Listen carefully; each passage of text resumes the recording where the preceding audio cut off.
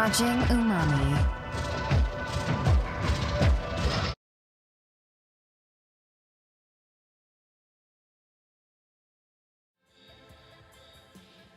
Hey everyone, what's going on? I'm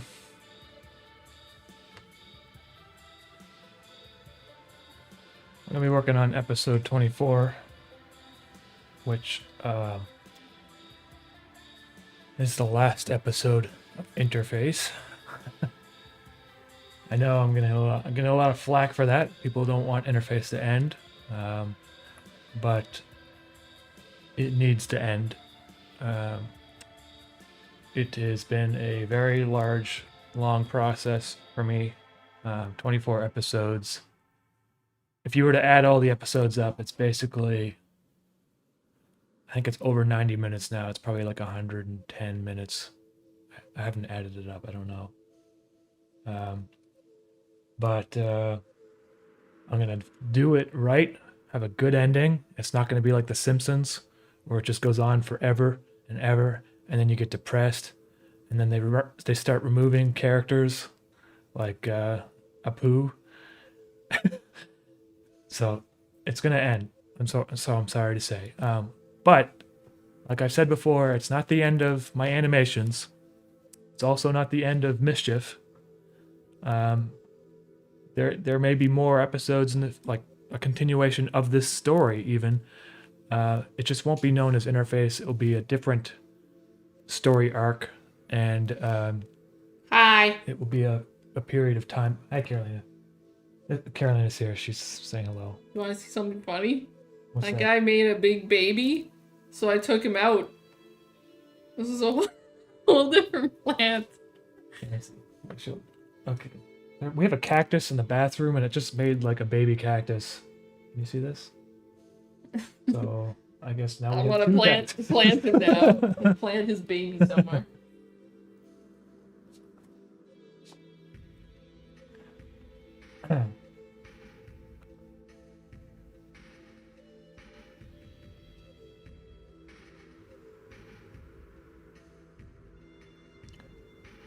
Yeah, because like I was saying, like I feel if Interface has a proper ending and it doesn't just fade away and people lose interest, it will be a stronger series overall. It's like the Seinfeld, you know, when Seinfeld he turned it off, like he stopped doing it as soon as it was getting, you know, at the top, you know, because otherwise you end on kind of a low note, you know.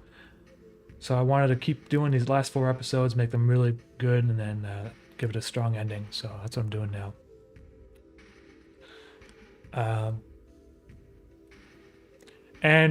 You know, this is literally the first shot that I have started animating for episode 24.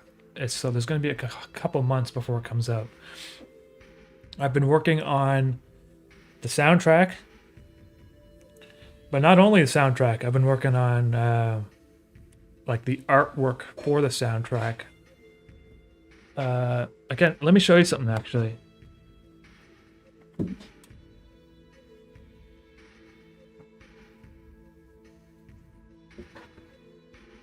This is a painting Carolina did in acrylic. So this is going to be the cover of the album for part 2. I'm not sure if it's finished yet. I think I'm going to add some shapes and stuff so it's consistent with the first album art. Oh. But there it is. Carolina painted it. You can go on Instagram if you want to see it properly instead of through some filter. Yeah. Go to what? It's art.carolina? Yeah. Some Russian stole my name. If you go on Instagram and you type in art.carolina with a K, you can find like the actual photo of this. I should post a fresh one, really.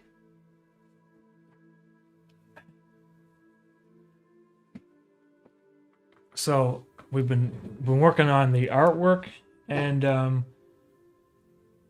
now I'm working on getting all the songs finished, so I can have them mastered and sent to the facilities that make the vinyl records and CDs, because it usually takes like 4 months for from start to finish to get vinyls made, and so I want to like get them like a head start on that, so that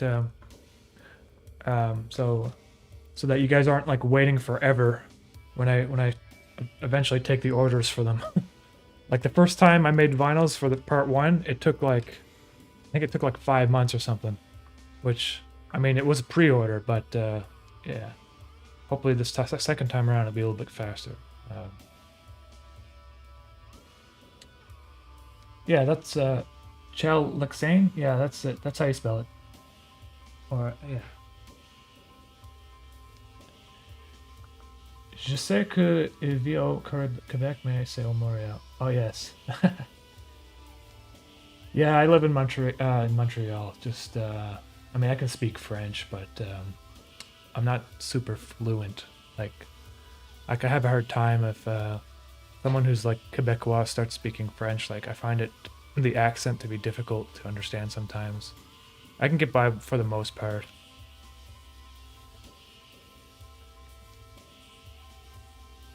If you basically, I learned that if you just like add a bunch of le's in between your words, you can kind of fake it. And you know how you're supposed to have like masculine and feminine for French, like le magazine or la magazine, magazine. Or I kind of like pronounce them like in between le and la, because I don't actually know the masculine and feminines for like probably like 90% of the vocabulary. I did that in French class, and the teacher called me out. I thought I was a genius, and she's like, it's like her face is like, Yeah. And then she called me out on it. Yeah. So I'm not actually practicing.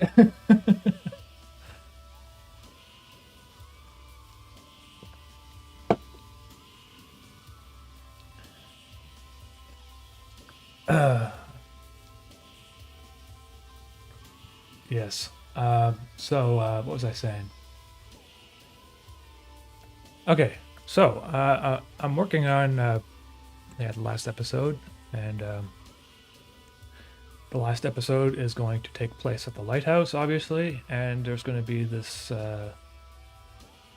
blimp thing, which I'm not going to draw in this shot because it would kind of ruin some of the ending before you see it. So what I'm going to do is just basically draw the environment for this shot. Well, technically some of it's already like drawn here, but I go in and clean it up a bit because this is a 3D rendering of the lighthouse. And then I'm going to make the rocks look better and stuff because it doesn't look very good.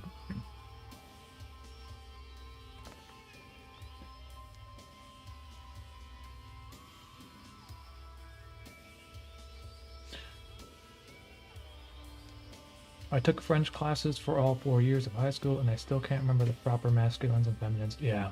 I mean, I took 3 years of French immersion in junior high, and then in high school I just decided not to continue because I was in Nova Scotia, and there wasn't really any need for me to speak French back then. And then my first job out of university was in Montreal, so I didn't have to speak French for my job because I was a video editor that was editing English videos. But eventually I got laid off, and then so I kind of... I took the French classes that the government offers here because they're basically free. I mean, it's like $60 every 2 months or something, so really cheap for full-time French classes. And I met a lot of people. It was actually kind of fun, just because, I don't know. Once you're like out of school and you start working in like an office job, you kind of forget, like you kind of, like, you realize that going to school is actually kind of fun sometimes because there's like just people there you can hang out with and talk to. And you're not, I mean, you're working, you're learning French, but it's not like you're working, you know, going to meetings and stuff, so. I did that for about 6 months, and now I'm like at the point where I can speak French to most people. I just basically need them to speak a little bit slower for me.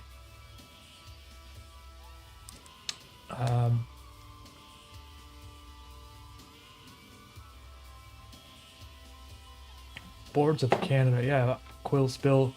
The first time I heard Boards of Canada was watching David Firth's Salad Fingers series, and I looked up what the music was, and it was Boards of Canada, and then I really got into Boards of Canada,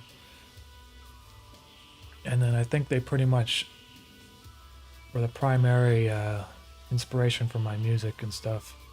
I have to say,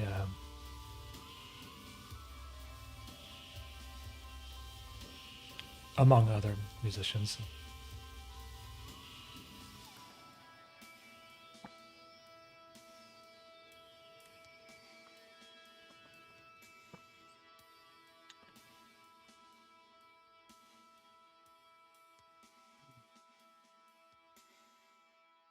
So I got some news. The last for the last song, or maybe I don't know if it's the last song or not, but I just did a composition, and it's like a mix between electronic and viola and violin. And for the longest time, I was using software instruments, like software libraries for that sort of thing. But this time I wanted to try to get a real instrument recorded. And the reason why I haven't done it before was because cost mainly. But if you just hire like one musician and like one sound engineer for a day, it's actually not that expensive.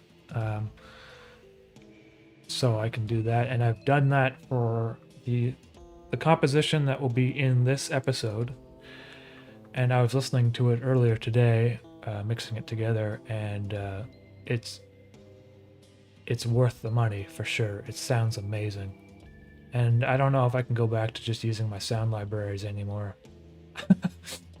So when it comes to like viola and violin and probably cello and stuff in the future, I'll have to be using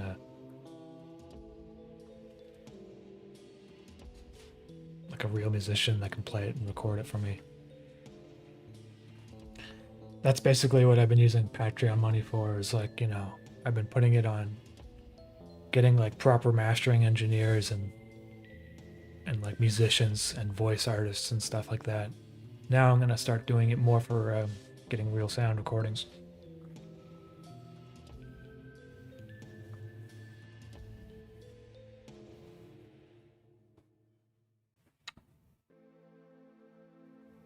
Hey Umami, is there a revisit to older episodes in Interface's future? What do you mean, like redrawing them or reinterpreting them or whatever? I guess probably not. Once I do something, I want to move on. So I mean, I'm not going to say like Interface doesn't have the potential to be remade in the future, as with like a studio budget, that sort of thing, but I'm not really sure if that's what I want to do right now. So I'm kind of figuring that stuff out still.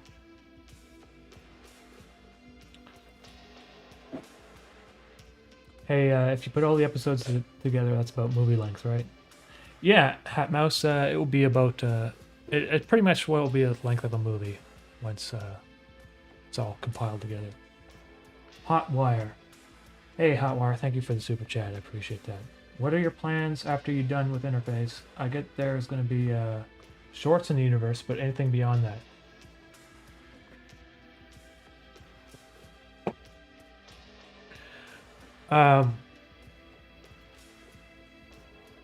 I'm kind of like at a crossroads right now, because I have like the opportunity to kind of go down the traditional route of pitching and developing projects to studios, or continue with YouTube. And I don't really know what I want to do, and I'm kind of leaning towards just staying on YouTube because it's about having creative control, which you might be able to go to a studio and ask for creative control, but they limited creative control, you know. And I don't know if I have to be honest with myself, if I have the mental capacity to like plan a whole series out and pitch it before, because what I really like to do is just, if I think of an idea, I just come over on my computer and draw it. And I don't know if I want to basically take my method of working and turn it into a job. If you know what that, if you know what I'm saying. And another thing is, if I were to do that, I wouldn't be able to just sit here and hang out with you guys. It would be a lot more.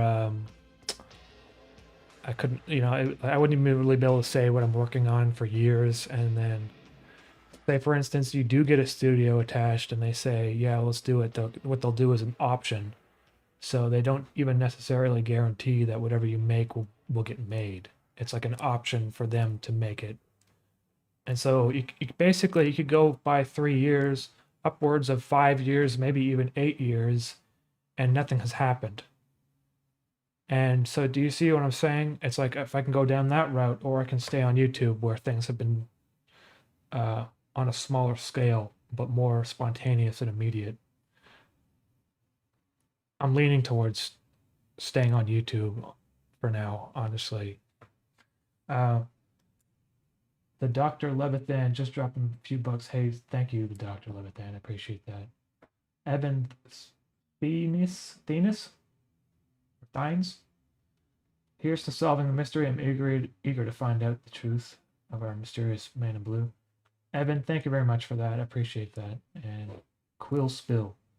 Keep doing what you're doing. Was hooked ever since I saw that first episode of Interface. So thank you, Quill Spill. Thank you, guys.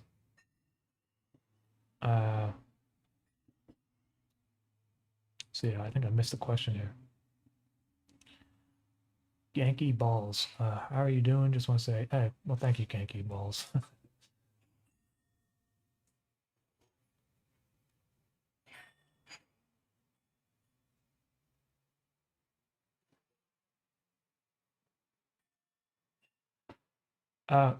Jean-Raphael Matt, you're living in the golden age of indie with an advantageous position. You already have an audience.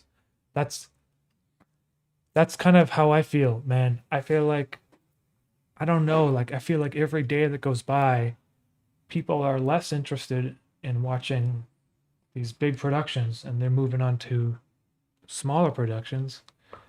Distribution isn't really a problem anymore. Like, it used to be, if you wanted to get an animation made, you had to go through a studio because no one would distribute it otherwise. And now it's like distribution is streaming, basically. And streaming is what, like YouTube? Like, YouTube's on every smart TV now. I don't know. I just feel like now it's not so necessary that you go down the traditional route of getting things made. So I might just want to stay on here on YouTube, you know? I'm still thinking about this stuff. It's a big undertaking to like, you know, to go that way. What else do you say there? Follow the lead of False Colgrave. Yeah, I mean, I don't know. Like, do you know what his thoughts on this are, Felix Colgrave? Because I mean, I know he's got a Patreon stuff, but do you think he like thought about, you know, making things on a larger scale and then decided not to? Like, I don't know. I bought the baby blimp poster without really thinking about size, and really happily surprised at how big it is. Hey, thanks, Gerp. Yeah, I make most of the posters on like the largest setting, which is I think 36 by 24 or something like that. Because when they show up, they're just like massive and they take up the whole like half the wall.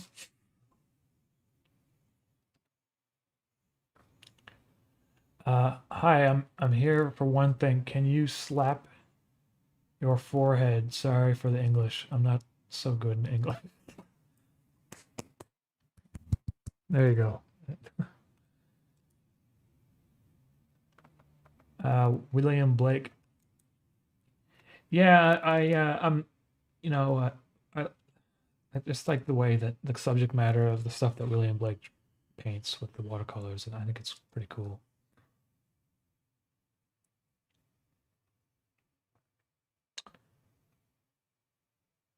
The thing he said about smaller productions is mostly because the corporal part of entertainment is stale because they attempt to draw it to a certain audience. Yeah.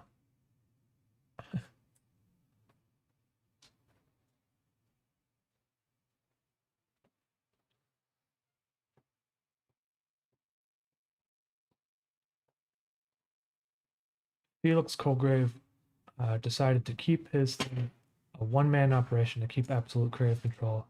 He does not care about volume, which is sad for us, but I can respect his views. I can totally see why he would do that, and I kind of feel like maybe that might be the best route for me as well. Uh, what I'm planning to do is eventually bring someone on board to help me with the animations, so that I can do more, but like it would be like someone I'm working with closely, you know?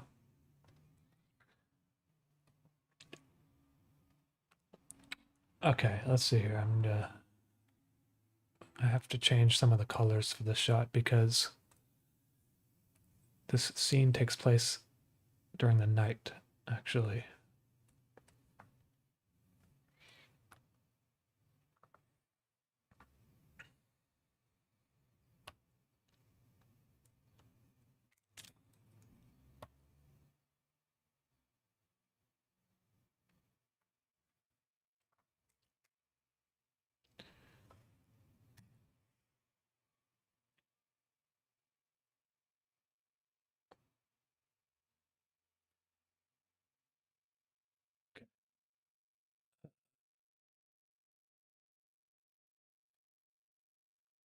It's gonna be hold on, guys. Hey, look, Michael, thank you for the comment there. I'm happy you enjoyed the neck gator.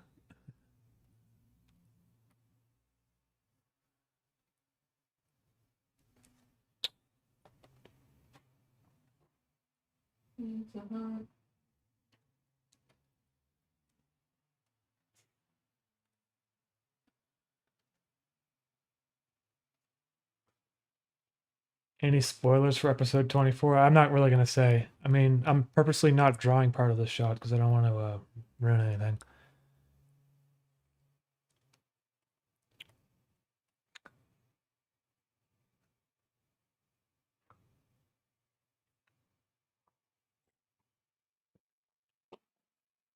Um, have you thought about doing? Have you opening commissions once again?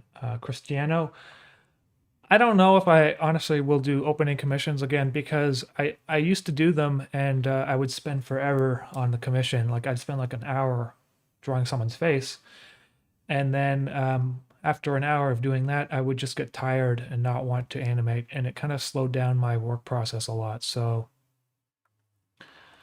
I don't know if I'll do commissions again. Sorry. Tom Talks. Are you considering YouTube alternatives like Library? Tom Talks. Yes, I am. And I'm already on there. So that's good news. I'm on Odyssey and I guess the Library Network, which is the same thing basically. If you just go to odyssey.com and type in Umami, you'll find my animations there. I heard they got into a lawsuit recently with the Securities and Exchange Commissions, which is some bullshit if you ask me. Sounds like the government is trying to clamp down on cryptocurrency. but not just cryptocurrency, but blockchain stuff in general. But the Odyssey website is really good because they made it so easy for me to synchronize my animations.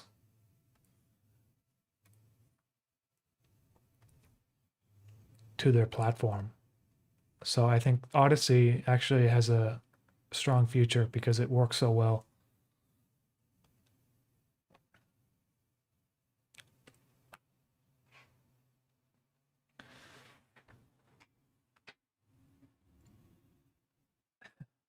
I will admit I get some odd looks though. Yeah, I think if most of my clothes, you probably get odd looks from people on the street. You gotta own them. But you gotta assert your dominance. Yeah, you gotta wear a big pink smile in public and make hard eye contact when people look at you weird. Carolina wears she's got like the pink like mischief shirt with a big mischief face on it, and apparently every time there's like a baby on the street, it's like saying hello to Carolina and stuff because of this big goofy face on her shirt. Yeah, babies love it. You want to hang out with more babies?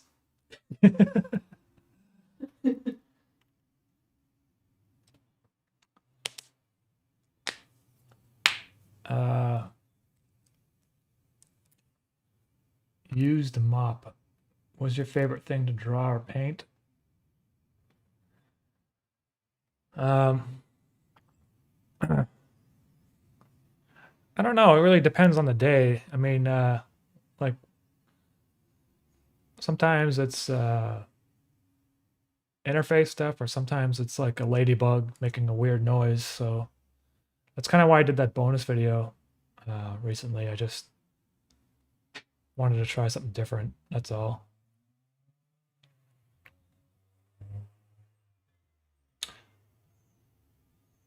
Glorbo Gibbons. Where did the name Umami come from? Back in 2017, when I started the channel, I basically just chose Umami because I don't know. It was like back then. Not that many people were using it as a word, and it basically just meant like meat flavor, like savory. I guess it was like like they were talking about how it's like a new flavor for your senses, like salty and sweet, and there's like some debate whether or not it's the real thing or not. But anyways, I just called it umami because of that, and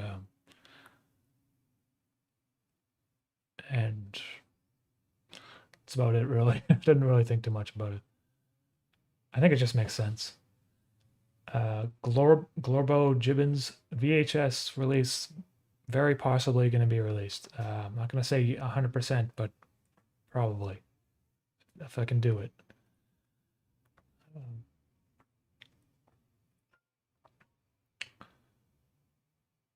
Dab Yeetus. Thank you, man. I really appreciate that super chat. Love the merch. Looks fly in Southern California. Thank you.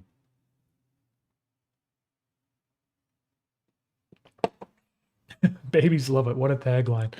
Yeah,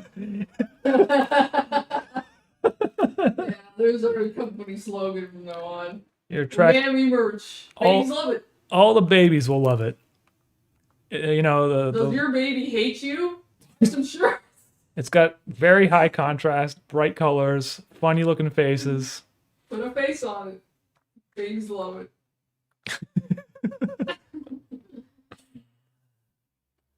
Hey, I put up a better picture of the album art. Oh, did you? Yeah, because I actually haven't posted the completed picture. Okay. Where'd you post it? In the same place. Instagram? Yeah. Yeah, I'll post a link in the chat here. I can post the link in the chat. Damn, Seamus Supreme is on that post immediately. You post a link, because I'm not even sure how to share your thing. Okay, just calm down. Okay, it'll be fine. hear the aggression rising. Hey, Mushroom. I'm making I'm making a vinyl for part 2. Don't worry. The part 1 vinyl already exists, by the way. You can get one, but part 2 is coming this summer or fall. Hello, Mammy. I'm from Brazil. I met your work last week by a YouTuber who made an incredible theory on the series. Oh yes, that's correct. I've seen that. Hey, well, thank you for the comment and welcome to the channel.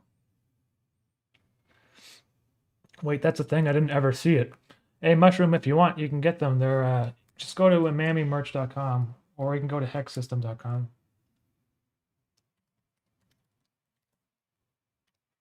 On the first page, just scroll down and you'll see a link to where you can get the vinyls from.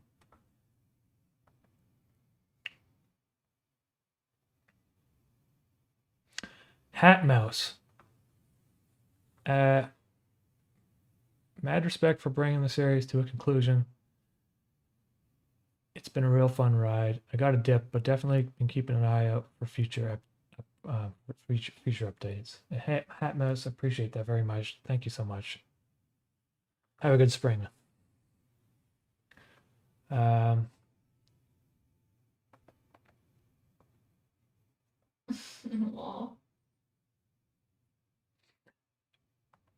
Salted loaf bread. Hey, I hope this helps my guy. I'm gonna go to Arby's now. All right, man. Well, thank you very much for that. I appreciate that, and I hope you enjoy your Arby's. I don't think there's even an Arby's in Montreal. I haven't seen Arby's since I lived in Nova Scotia. The only Arby's experience I had in my life, I got food poisoning. So. I don't know if you guys can hear that. You probably can hear that. Yeah. Yeah, I hope so.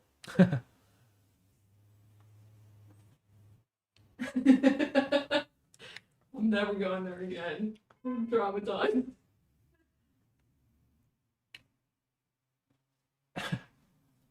Sup, Umami and chat. Thanks for drawing on the outside of the vinyl package. Oh, oh yeah, Monster CC. That's what. Yeah, I don't always do that, but I think I only had like 1 or 2 orders that day, so I decided to do it along the back of the box. But if everyone asked me to do that, I'd be like spending forever.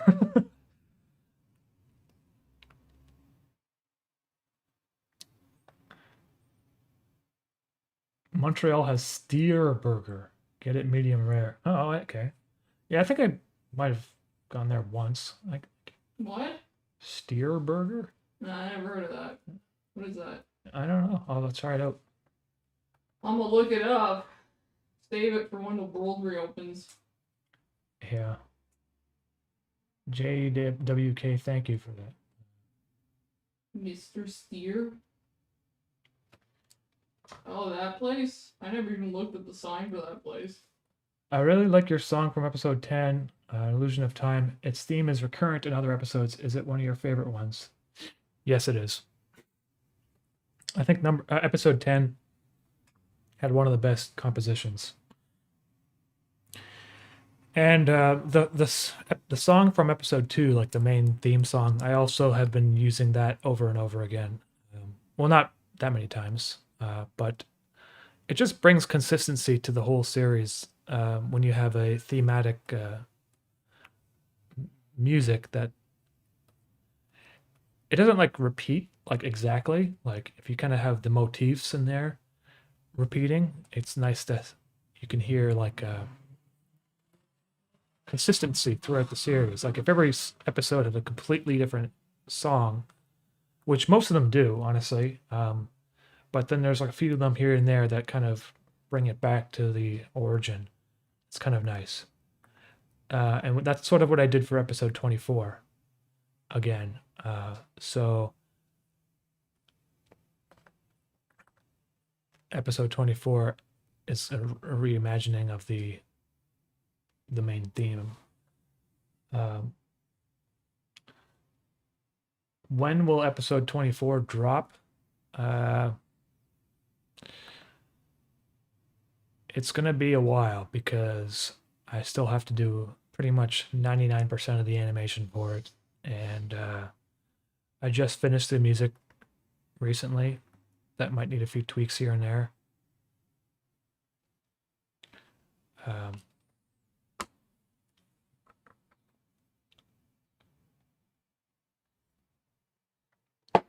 And I want the last episode to be really good, so it's going to take a while. It might take 3 months. I don't know. It might be summertime. But I mean, you guys have been waiting very long for this series to conclude. Well, I guess you haven't been. I mean, well, I'm saying that I've been spending 3 years on it. I'm not going to rush the ending, right? So the ending will be done right. Let's see here. Okay, that's better.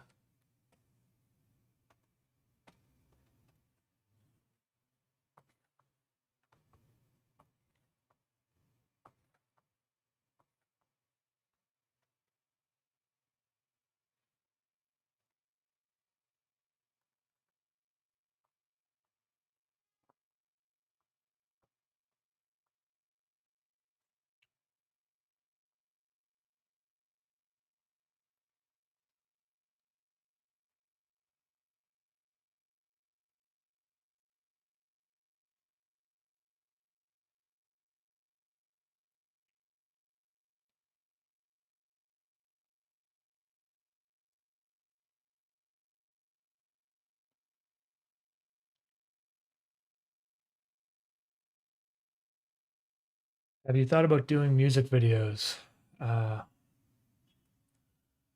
Glorbo. I have had some opportunities, and I've had to turn them all down because I just wanted to work on interface. So after interface is done, there may be like an interview, like a music video, but maybe, only maybe. I'm not 100% sure. Sometimes someone might have some music they want me to make a music video for, but if I'm not like connected to the music in some way, it's gonna be very hard for me to do. Do you have any plans for a web series after interface? And have you come off at any theories that are closer? Flower Tea, I think Nightmare Masterclass did a theory interpretation that he had a lot of things pretty close. There's some other channels that did reviews and stuff, but they're in different languages like Russian and Portuguese, so I don't really understand what they're saying. So I don't know if Nightmare Masterclass is the closest or not. Do you have any plans for a web series after interface? I do and I don't. I mean, I have like some ideas, but I'm not going to be starting them right away. I'm just going to be focusing on like shorter videos, like the Soup Sun and stuff.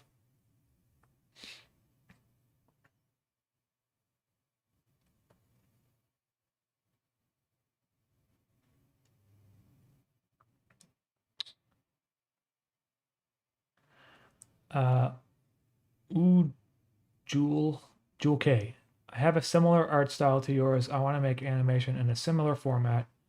What can I do to not look like I'm just ripping you off? Well, I don't know what your art style looks like, and but if you're like drawing pixelated like this, that in itself, pixelation is not like you can't rip someone off by just having also a pixelated style because pixel art's been around forever. I used to do pixel art when I was like 12 on the computer. I used to draw like little buildings in pixel format, right? Did you really? Yeah, I did. I might still have them somewhere. That's cute. But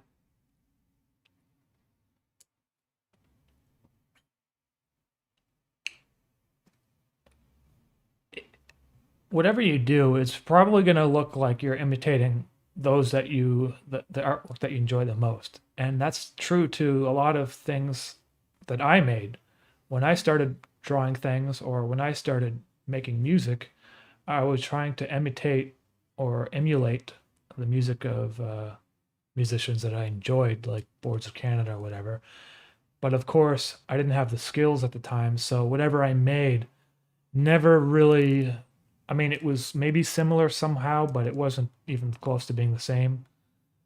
what I would do is not to worry about it too much. Just make your animation however you want, and just keep making them. And eventually, you're gonna want to change things into your own style anyway.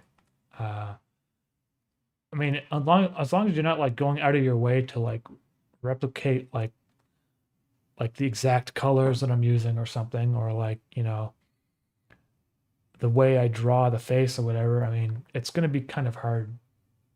You know, I wouldn't worry about it too much. Just draw whatever you want. Just, I don't think people that pretty much knock off anime styles worry about it too much. yeah, just There's like a million artists that do the exact same anime style. No one's concerned.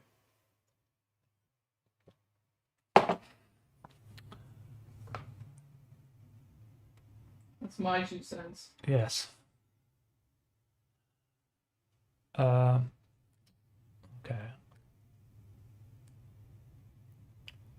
Mammy, do you know the song "Telephone Call from Istanbul"? Sorry, man, I haven't heard of that. Listen to it later, though. Oh, Tom Waits.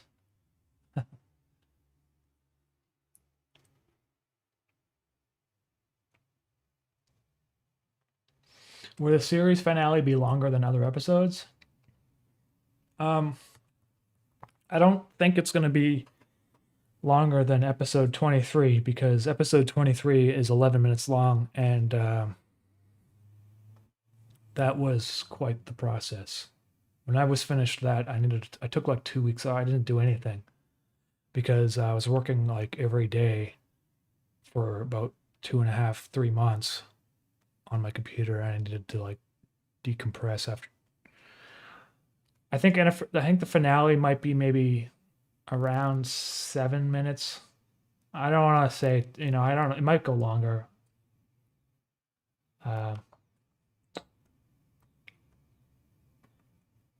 It's hard to say, really. It could go longer.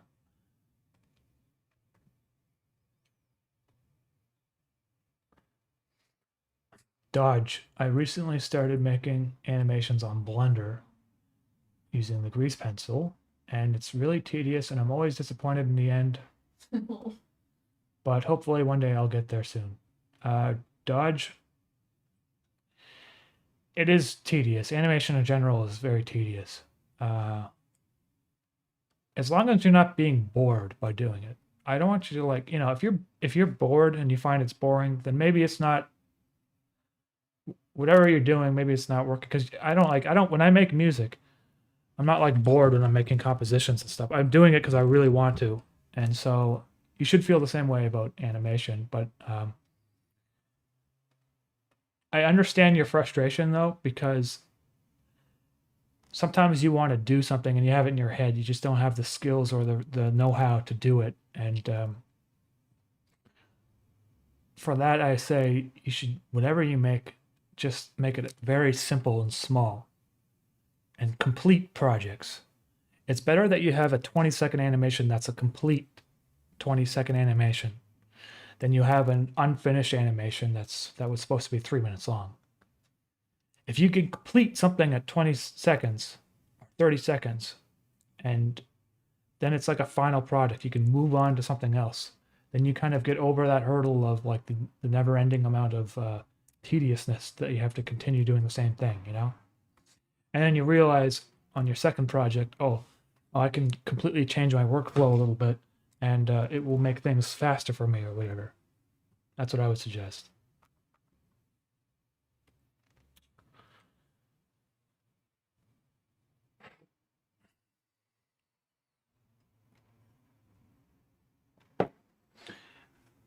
You know, the pixelated style is actually kind of hard to do on the computer. I know it looks simple but like for instance, if you're using any sort of effect or whatever, like I can't, if I need to blur something, I can't just, you know, blur it. I have to, like I can't do this because, you know, I have to like draw it, you know what I mean? If I want to have like a glow coming out of the light, well, for my particular style, I don't do any glow sort of effects. Like I couldn't just like uh, like like do something like this. You know what I mean? Because in my opinion, that doesn't look really good when you blend it with the harsh, sharp pixels.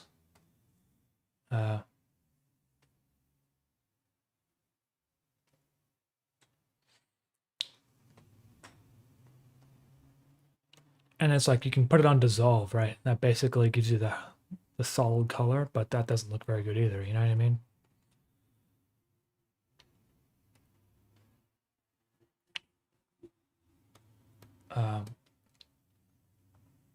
You can have as many rules or as least amount of rules as you want, but I think it is important that if you do make animation that you give yourself some rules and restrictions so that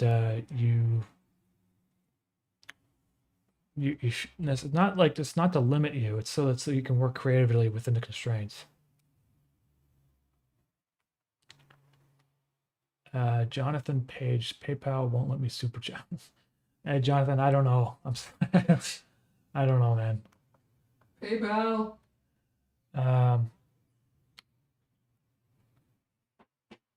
J Scott. Hold on. I missed one here. Sorry, J Scott. When you do listen to Telephone from Mistable, make it the live version and make sure you pay attention to lyrics. I'm a bounce. All right, man. I'll check that out afterwards. Thank you for that. And thank you for the super chat and hanging out. J.S. Scott. Love all your work. Love what you do. I don't have any art-related questions. So I guess please describe your ideal pizza. I don't know, man. I always get like the meat lovers pizza. He's complex. It's just the best one, honestly. Really? Carolina likes pineapple one, which it's okay. I like it. Yeah. I also like weird things like spinach pizza. Oh, we had pizza yesterday. And barbecue pizza and Philly steak pizza. You know, one time I had a pizza. I went to Paris for like 2 days because we were visiting my grandparents, Caroline's grandparents in Poland. So it was like a stopover almost. And I had like an anchovy pizza. Did you? Yeah, it had like fish on it. What did you think? It was actually not bad. It was pretty good. I think it's good. It was good. I like meat lovers more though.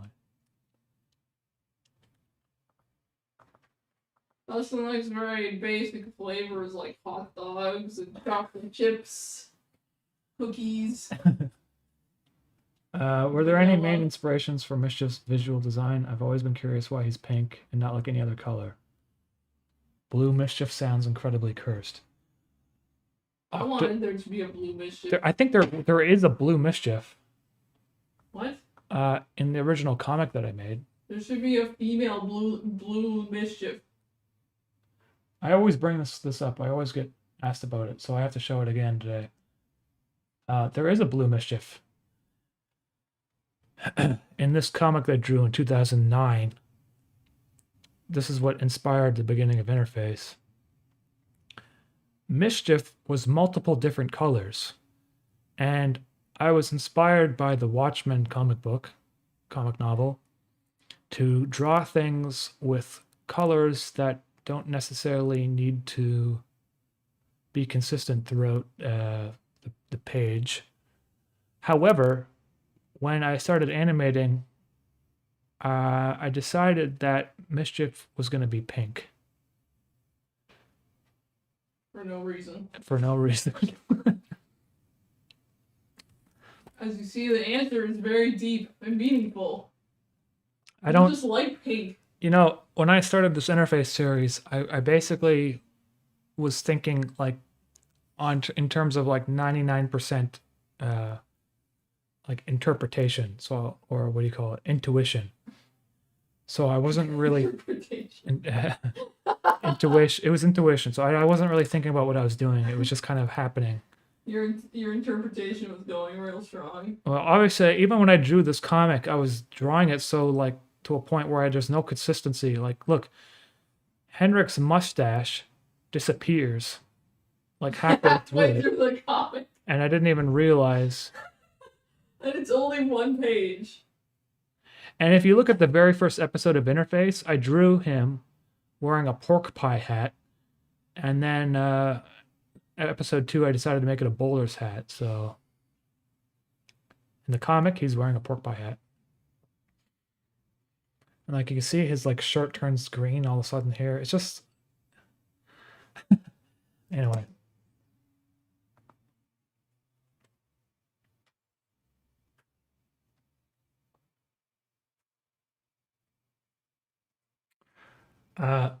Mammy, is there anywhere I can find your original comic? Well, that's basically it. It's just the one page. Actually, there's 2 pages. Whoa. There's a cover page, and it says Interface on it, and then there's that one I just showed you. I don't have a picture of the cover page though.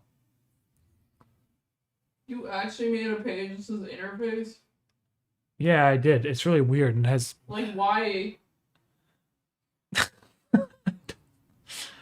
it's at my parents' house. I'm gonna try to get it next time I go over, but I can't go because the border's been closed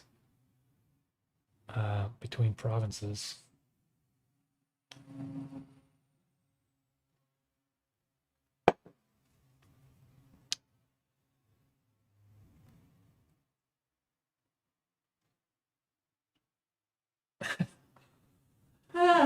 Okay. Oh my god, I'm so tired. I am taking forever drawing this because, well, I have a lot of questions to get through. But let's see here. I'm going to try drawing some rocks now.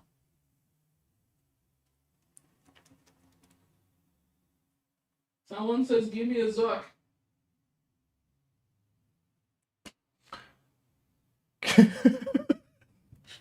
I've been saying that recently. I don't know why. I got like I feel like I have like a form of Tourette's sometimes. And I just like say things like give me the Zuck. You've said you feel like it for like 10 years straight. Well, I think you just have Tourette's. I think I've been saying give me the Zuck for the past couple of weeks, like every other several times a day, driving Carolina crazy. Yeah, it's just driving me crazy. Sometimes what I do is I pretend like I need something seriously, like she's going to the grocery store. And I say, when you get to the grocery store, can you pick up something that starts with a Z and ends with C? And then Carolina just rolls her eyes because she knows what I'm saying. And that is to give me the Zuck. Oh, that's so amusing. Aren't you the funny guy?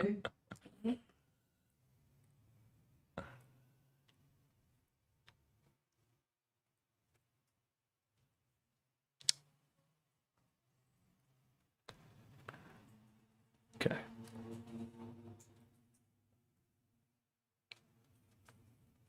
Okay, now I'm just going to draw some foreground rocks.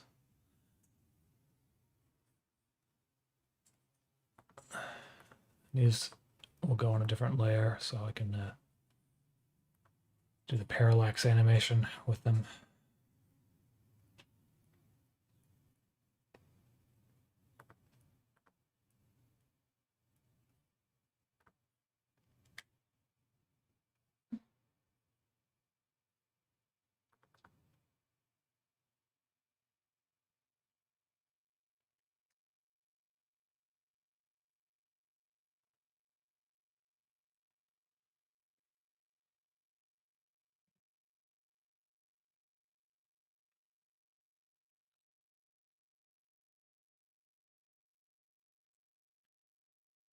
Did you ever think the series would be this successful?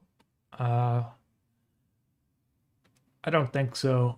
I mean, I knew that some people would probably watch it, but I didn't actually think I'd be making 24 episodes of it either. I think the success kind of encouraged me to continue it and make it longer. If it wasn't really like, if no one was really watching it, I probably wouldn't have made it as long as it was. And when I made like the first vinyls, like part 1 vinyls,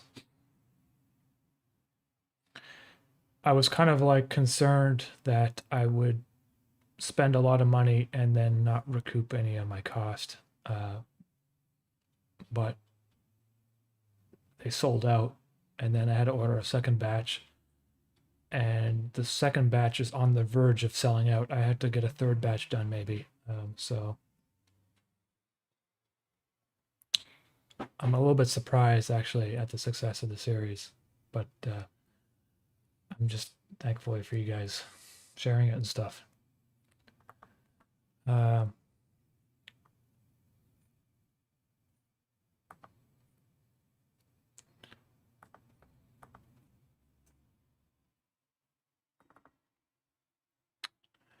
I think the thing is with the web series and why it's so why is it somewhat successful is because I feel like there is too much animation in general that doesn't try to be sincere, and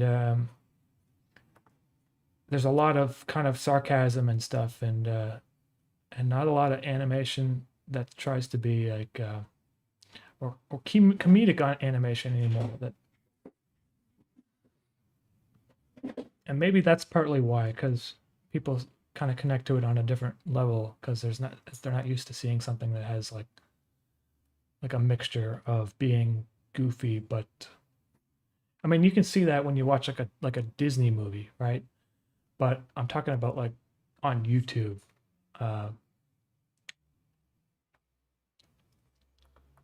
There's a lot of like I don't know, just weird, creepy stuff out there, but without any sort of sincerity to make things a little bit more, I guess. Some loaded words you're using. I don't know what I'm trying to say really, but I feel like it's hard. Like I find it difficult to find on YouTube like animation that kind of tries to go on a deeper level. Is what I'm saying. That's what I'm trying to do. Without, I mean, that probably sound pretty pretentious saying that right now. I'm sure Caroline over there is like, yeah. But I mean, honestly, that's what I feel, and so Those I think that maybe that has something to do with it, And I'm not trying to like shit on weird ass creepy shit because I do the same thing. I make like Sonic smashing himself into a chain link fence because it's hilarious, but I feel like I don't know. There should be like sometimes you need to strike a balance, but.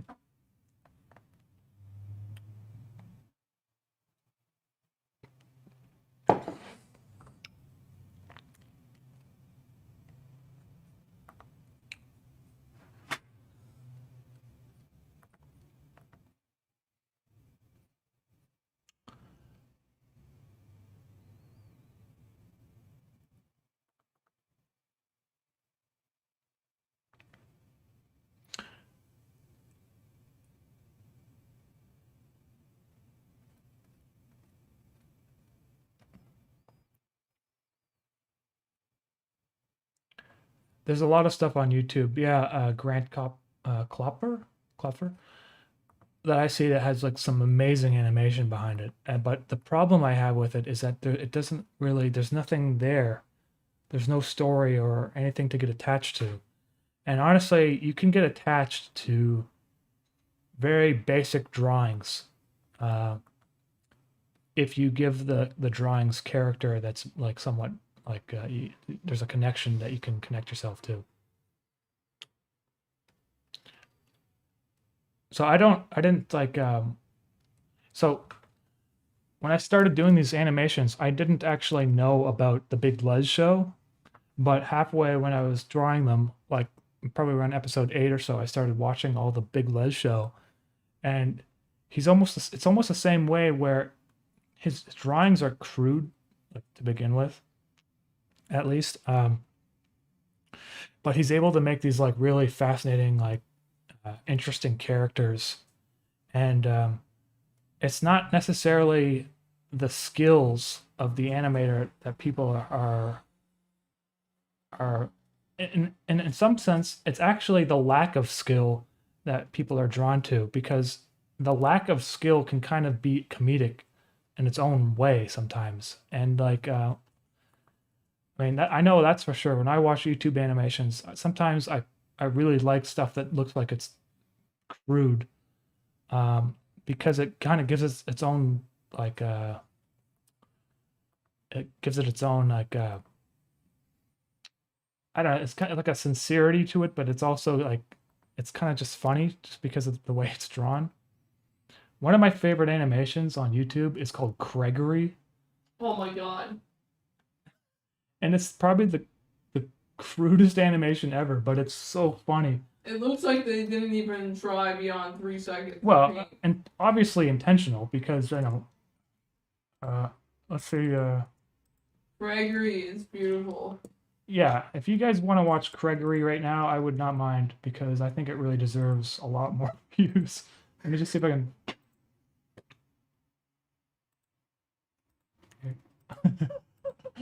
There you go.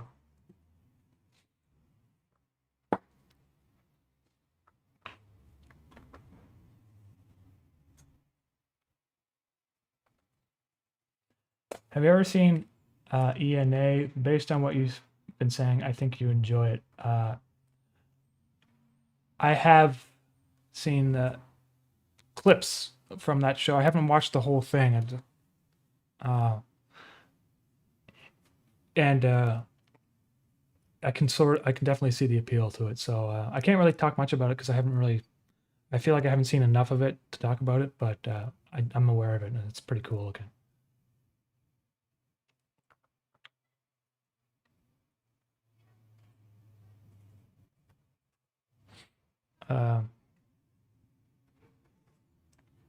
Let's see. Okay, there's one rock.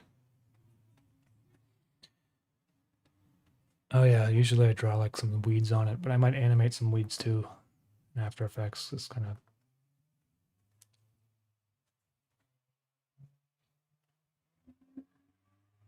There's actually, at Peggy's Cove in Nova Scotia, there's not really that many weeds at this section of the coastline, so maybe I won't really draw that many. Because, well, most of the locations in my series take place in a real location. And so you must have seen, well, maybe you don't know. You gotta have seaweed continuity with the real world. But Peggy's Cove is like,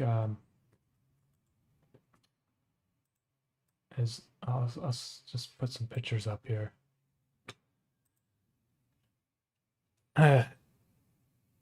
Is like this is like a half hour away from where I grew up, so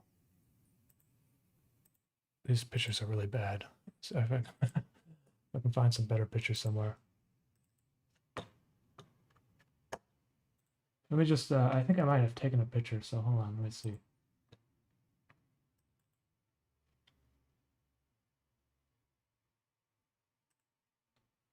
Digital photographs. Oh god, it's gonna be hard to find stuff. Nothing's organized.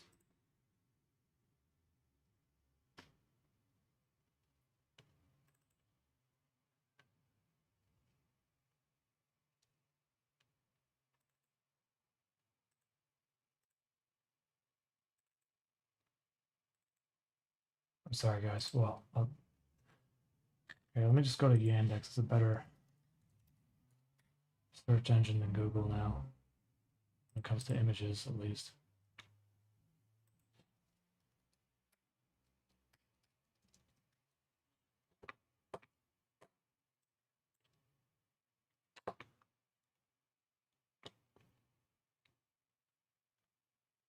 Yeah, so it's kind of like you can see. Well, I guess there is some grass. So there's some grass.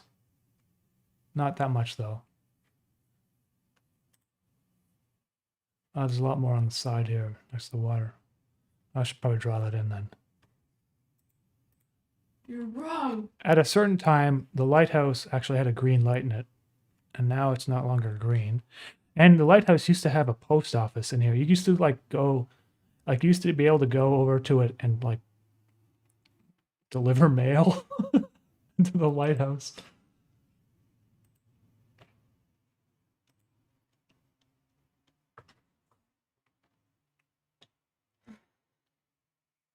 Got no content. What about anime? I'm not really like I don't really know much about anime, honestly. My extent of knowledge when it comes to that is Studio Gilby animations, and I honestly don't even really consider those to be anime because I feel like they're on a whole different level.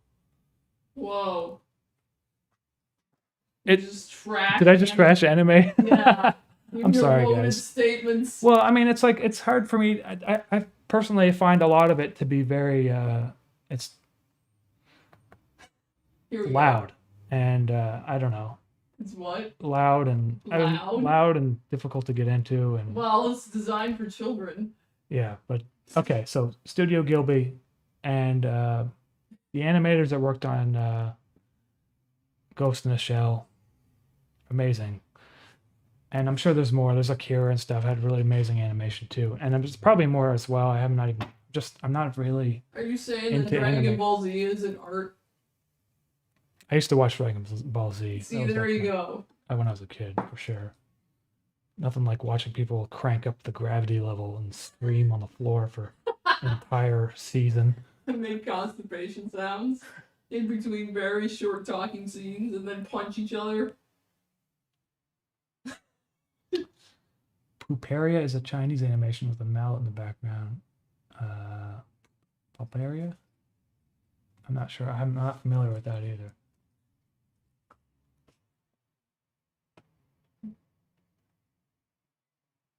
Oh, yeah, I saw that. That's really cool too. But from all I understand, that's only... Is that a short film?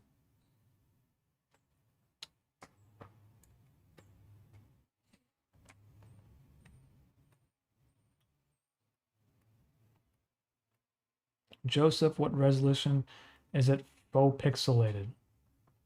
I draw everything at the native resolution of 640 by 480. So there's no like, I'm not using like a filter to make the pixels.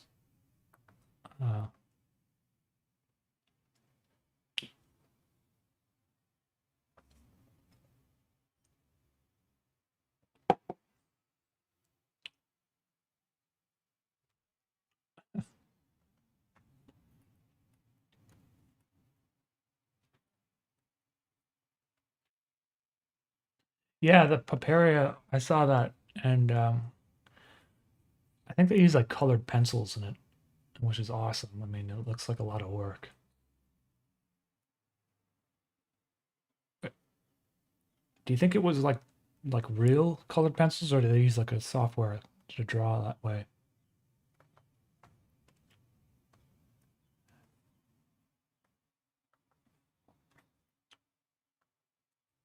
Let's see here.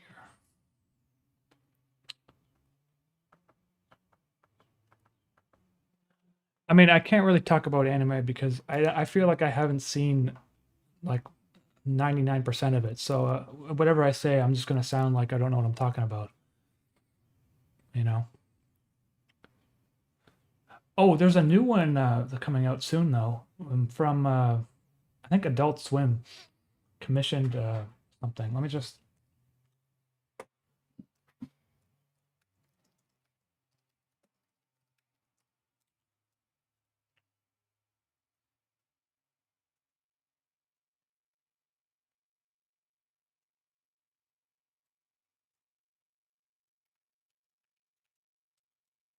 Oh yes, okay. What's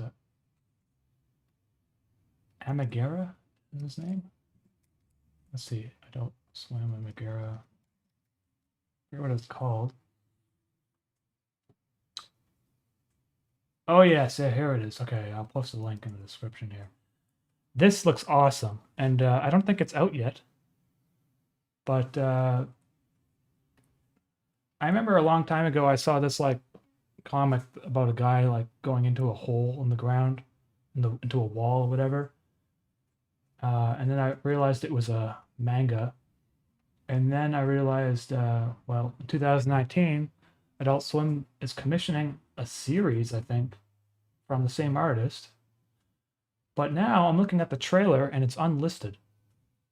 So what's up with that? I hope they're still making it because it looks really cool. Oh, really? That'd be disappointing.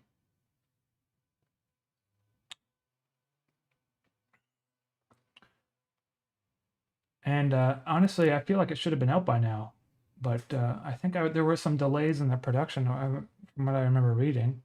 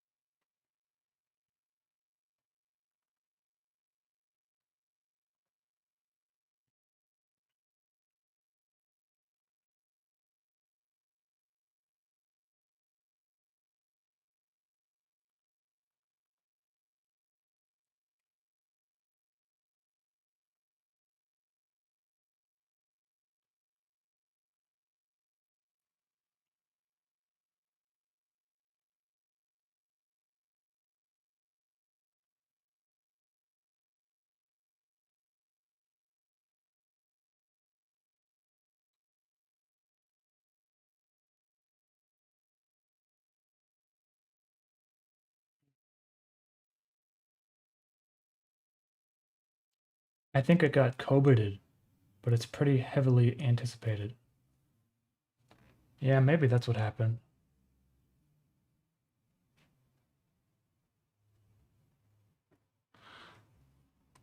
Uh,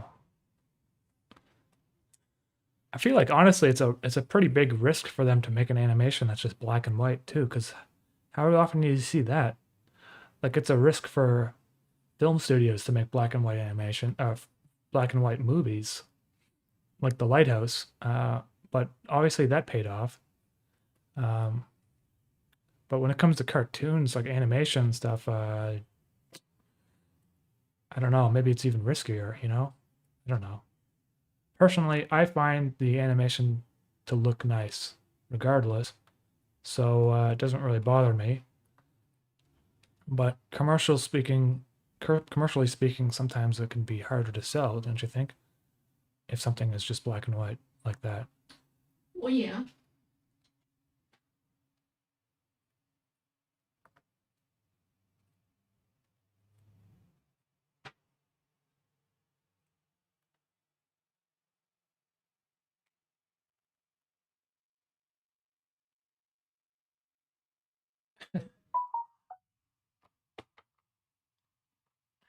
Adult Swim's swimming and Rick and Morty money, they don't care. Well, that may be true, but yeah, I guess they just came out with a new season with that too. You know, I had never really watched Rick and Morty, but I did watch clips of it, and I did find that the clips to be pretty funny. Um, but they came out with a new trailer recently, and I don't think I laughed once. Like I was just kind of staring at the screen. So I don't know. What do you guys think about the new Rick and Morty season trailer? Do you guys have thoughts on it? Because I mean, I don't really have a strong opinion on it either way. I'm just saying it didn't do much for me, and I kind of expected more because I remember that show was like so popular. Maybe it's just the season. I don't, or just the trailer just felt odd. I guess could be the trailer. The season might be fine. I think Voon recently released a video for. Yeah, Voon. She made an animation that was a great one. Like it was like a little cat thing. Yeah.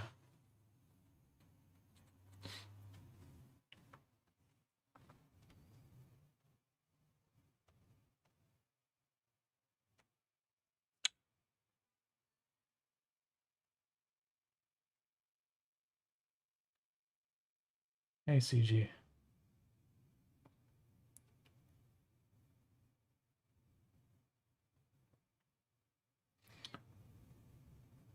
Black and blue. Oh.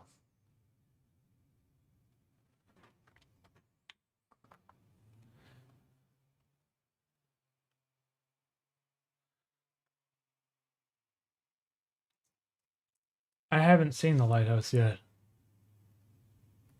Uh, I don't think it's like on a streaming platform, is it?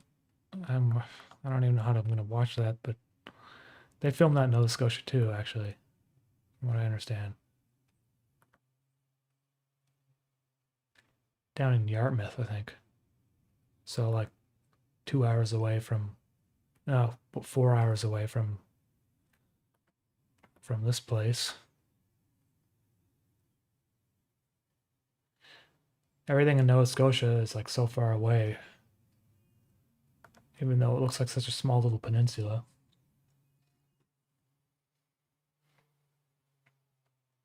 If I were to go there now, it would take me 13 hours to get where I need to be in Nova Scotia. Doesn't it take like 16 to 21? Well, that's if you stop somewhere overnight.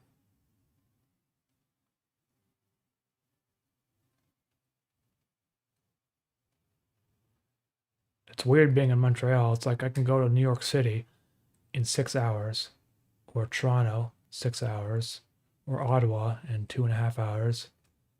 But Nova Scotia, even though it looks close on the map, it takes forever to get there because you have to like drive up and around and down into like you have to like go up like this and then down like They this. should build a big tube from here to there. That'd be good.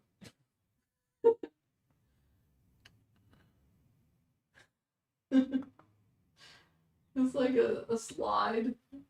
Feel like the season will be better in the trailer. All the clips are kind of without context. Who knows though?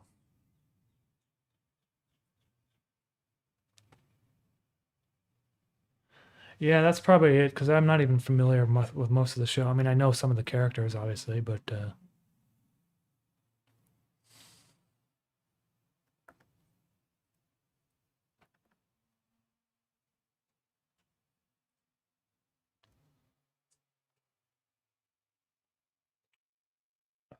Gabriel Cohen, I think. Do I draw frame by frame? I mean, I do, but I like if I'm doing like a moving shot, I do that in After Effects. It's not necessarily frame by frame. And like the baby blimp when it opened up and stuff, that was 3D software, so I wasn't really drawing that by hand.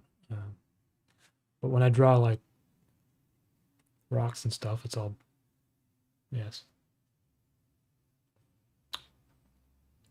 I mean, I can show you guys, for instance, how I animated the. Let's see if I can do it. The ladybug video.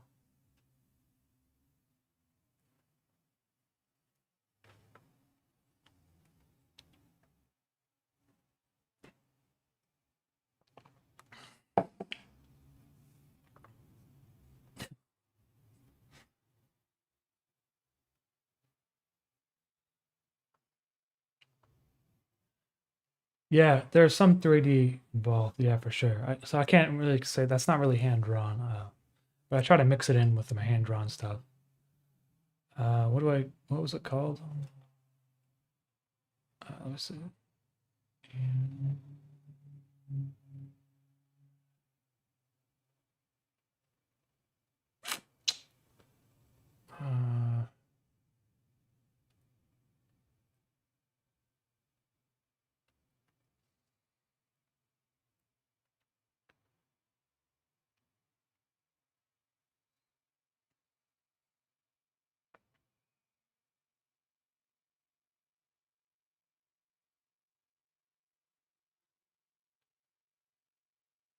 Okay, so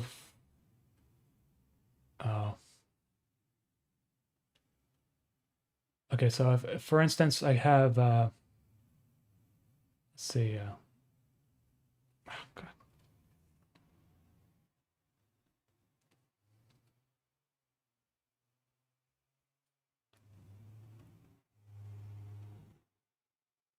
So I have a drawing of the guy's face, and then I have like layers with different drawings for his mouth, and I put them on top like this, so you can see how his mouth moves. And then I I also have like layers for his eyebrows. So his eyebrows move too. And you can stretch them out and stuff, or you can make them like, you can change the timing and things, you know? So when I add my voice recordings, I put them on a layer down here and I have the voices line up with what the sounds that they make. That's basically how I do my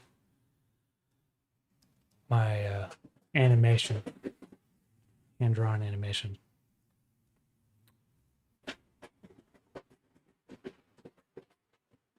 Forgot. Rummaging a bag.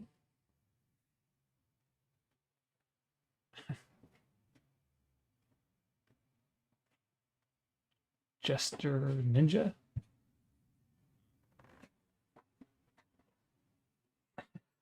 Yeah, I don't know. I wanted to make something that was just strange without any real meaning behind it.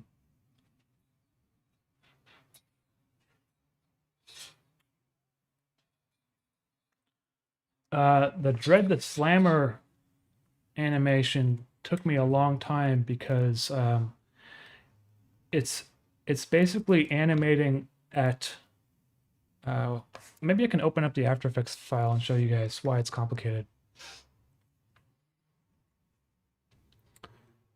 Because you're basically moving a camera around, but you have to maintain the two-axis perspective of a camera, which I don't think you can do natively in After Effects. So I had to buy a plugin in order to do that. I think it was only like $5 or something, but still.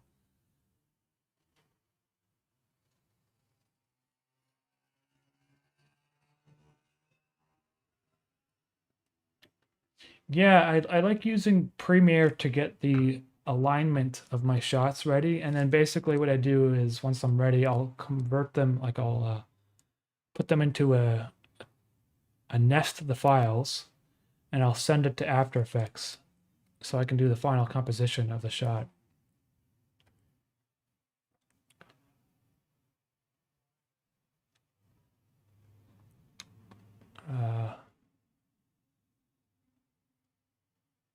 What was it called?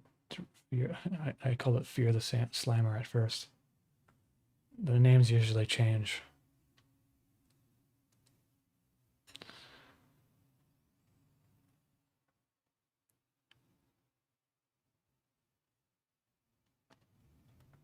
So, well, for one, let's see. I might even be kind of confused in my own project here because what is this?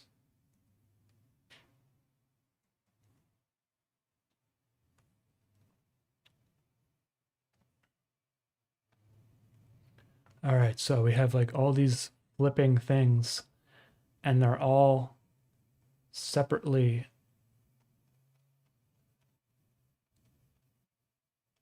like they have to be aligned, and but the thing is like the shadows are also separated and on a separate layer, and it took me a while to get the shadows to look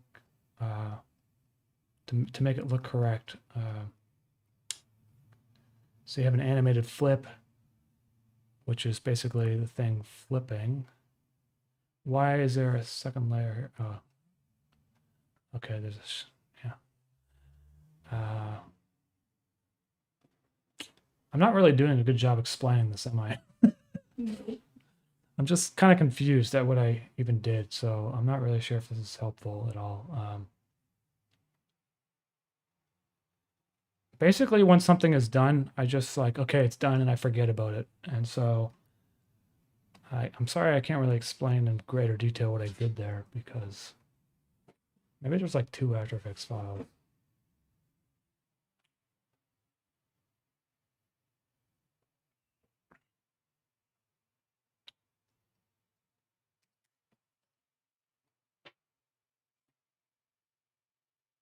No.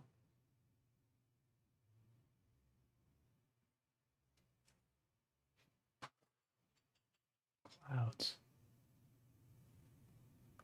Okay, I'm sorry, guys. I don't know what I did.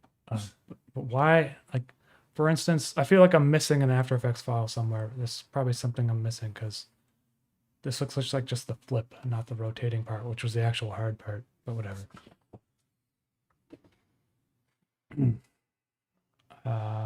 Alper S, do you know Ethereal Snake in person? I haven't met him in person. We've spoken before for sure over Instagram. Katie Schmo, hey Umami. Hi Katie. How did you get a 3D motion with the shadows on a 2D plane?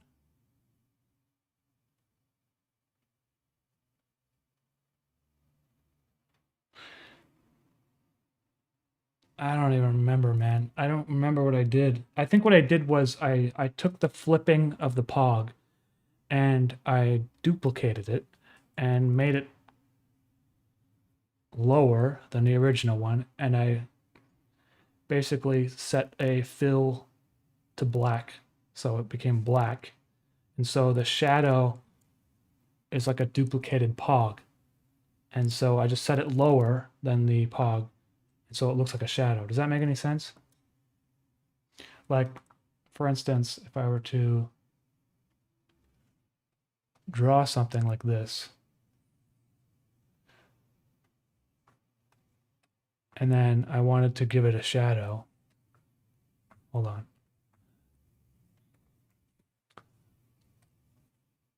All I have to do is duplicate this layer.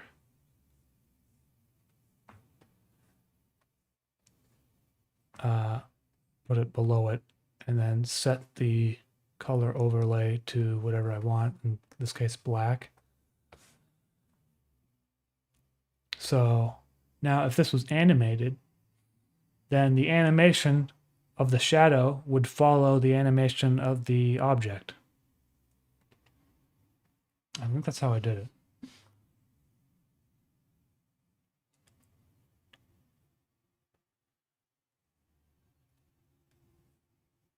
Surreal absurdism. I thank you for that. Your explanation of this mix we call animation is as clear as it can be. Yeah. I have some like After Effects files that are like a nightmare, and I don't even want to open them again ever again. Might as well just delete them. Like, I don't want to go in there and figure You it don't want to go in there. out. Oh. Liebenspiel. Did you say something? I might have missed it. Nope. Okay, maybe not. Chariot Rider. Hello.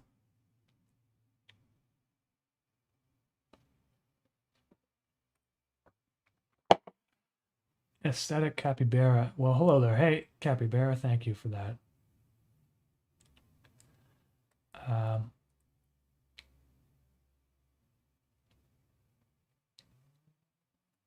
It is possible in Premiere. Yeah, so I mean, you can do that in Premiere. Now, the reason why I bring things into After Effects is because in Premiere,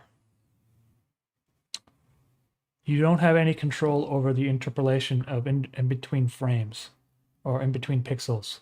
So if you set something to 0.5 of a pixel in terms of like horizontal placement, it will make the pixel, your nice sharp pixel, blurry. And so I bring everything into After Effects and export it out of After Effects, because in After Effects you can set it to 8-bit mode. And when you do your exports as a PNG sequence, you can set the quality to draft. And what that does is it doesn't anti-alias your lines. And so you can maintain your nice sharp pixels. Wow. So I'm giving away some of my trade secrets here by saying that.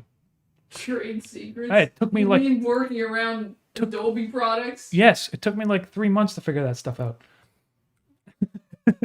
Trade secrets. I was like zooming in on pixels for weeks at a time. Yeah, it was really annoying. Just like sitting there screaming at the computer. I don't have to do that anymore. I got my process down. There's the secret sauce and reverse engineering Adobe, and it can't just have a button you can check off for hard pixels. Yeah. Even in Photoshop, it's like they don't have a mode, like a pixel mode. They have everything is like I have to use the pencil tool.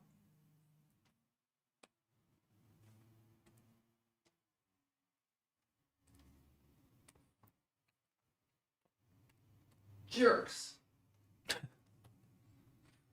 They assume that people don't need hard pixels for anything anymore. They should never assume anything. It's not their job. And they don't put any resources into it. It's kind of like they assumed with the iPad version of Photoshop that no one would ever need a color palette. Apparently. So they just didn't bother programming a color palette in Photoshop of all programs. Yeah, you don't need to draw in there. You don't need to have accurate colors. Apparently, I guess. I don't know. Can you imagine Photoshop without swatches? Maybe you can. I don't know. I can't.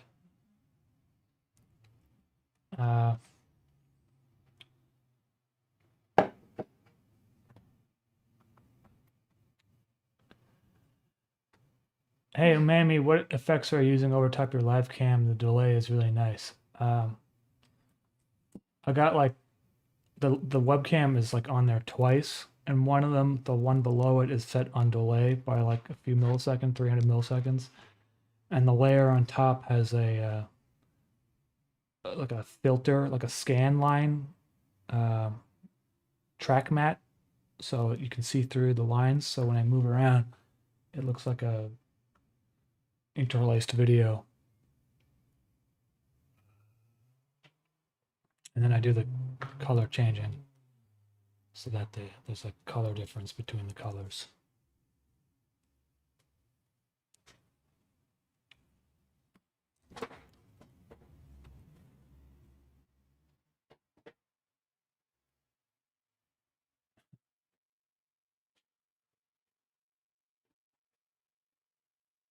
The only thing I don't understand about the Umami aesthetic is how exactly the inspiration comes for the sound, the synth sound effect when certain animated. Oh. Do you want brown? Yes, please. Okay. Caroline is saying copy, by the way, when she says brown. You should translate me. Yeah. Do you guys like my shirt? Hey, can you see her shirt? Look at my boobs. I got a mischief shirt. Yeah. Probably not. You just stand there. I can't tell where I am. And it's delayed for a little bit. There you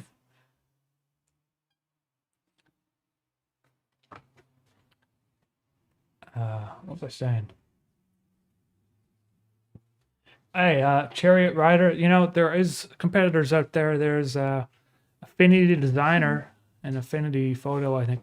Yeah, they have a button for pixel. They can just check a checkbox. They have a pixel button. Now, if they were to come up with a timeline tool, then I might be inclined to move Yeah, are to you guys listening? different software. Is there a Affinity, developer for Affinity Designer in the chat? There's another program called Clip Studio Paint for animation, and you can draw in it using pixel tools, and it looks awesome. It just also looks very complicated, and I hadn't really sunk my, I hadn't spent any time into it because it's very complicated looking. I mean, it looks like there's a lot of stuff going on, and I just really want the most basic thing ever, so. But I might move over to Clip Studio Paint because it looks like a better program for software. Better software for animation. That's what I'm trying to say.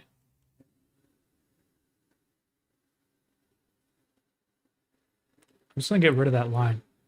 Because although there is a line there, I just think the extra line doesn't look aesthetically pleasing.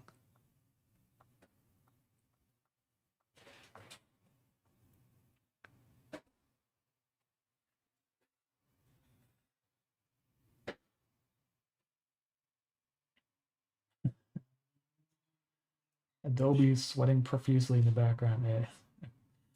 Hey man, listen, I've been using Adobe Audition to mix my audio files for the past to mix the sound, audio for sound for film, like for documentaries and stuff.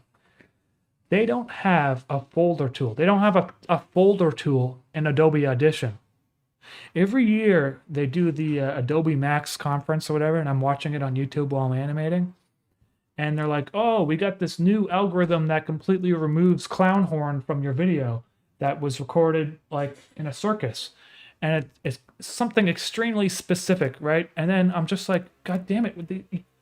There's no, you still didn't add folders to Adobe Audition. So I feel like I'm partly going a little bit crazy. Maybe I am crazy, but like, I feel like they should be adding folders. So I can, when I drag in, 200 different sound effects, I don't have to like scroll through a giant screen of audio. I can just organize them like in any other program for Adobe. Oh my God, guys. Okay, they got this other program called Character Animator that I used to use for my my animation on my face when I was doing live streaming. And I remember I made the mischief as a character, right? And I go like this, file, save, and then there was no save button. They had a save button, but it was grayed out. And I was like, okay, so what happened to the save button? And apparently, with that software, you can't save files. What it does is it has a history. And so if you make any changes, like if I did this, if I moved, the lighthouse over here or whatever, it would auto save it. And if I close the program and I opened it back up again, it would be like this. And so obviously, I mean, you can see how that could cause a lot of problems if you're just messing around to see if something works, right? You're just like, oh, what if I did this? What if I did this? But you're not serious about it because now it's saved into the file. I'm just kind of ranting about that. He mad. I'm mad now. I'm like going on a rant about He Adobe. mad. I came in here and now you're quieting down because I'm going to call you out that you're ranting, huh? Giggles.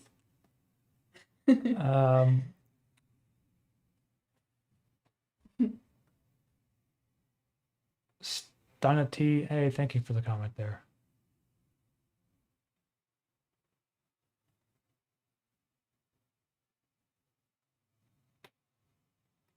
We have a beautiful background for the stream. Huge myth. I love your videos. I saw you using a hydrosynth on one of your streams. What are your thoughts on how it sounds, works and sounds? Great. Oh, I got it right here. Can you see this? Hydrosynth. It's a little dusty. I can see all your skin flakes. Is this why you don't want me around? No, here? I think it sounds awesome.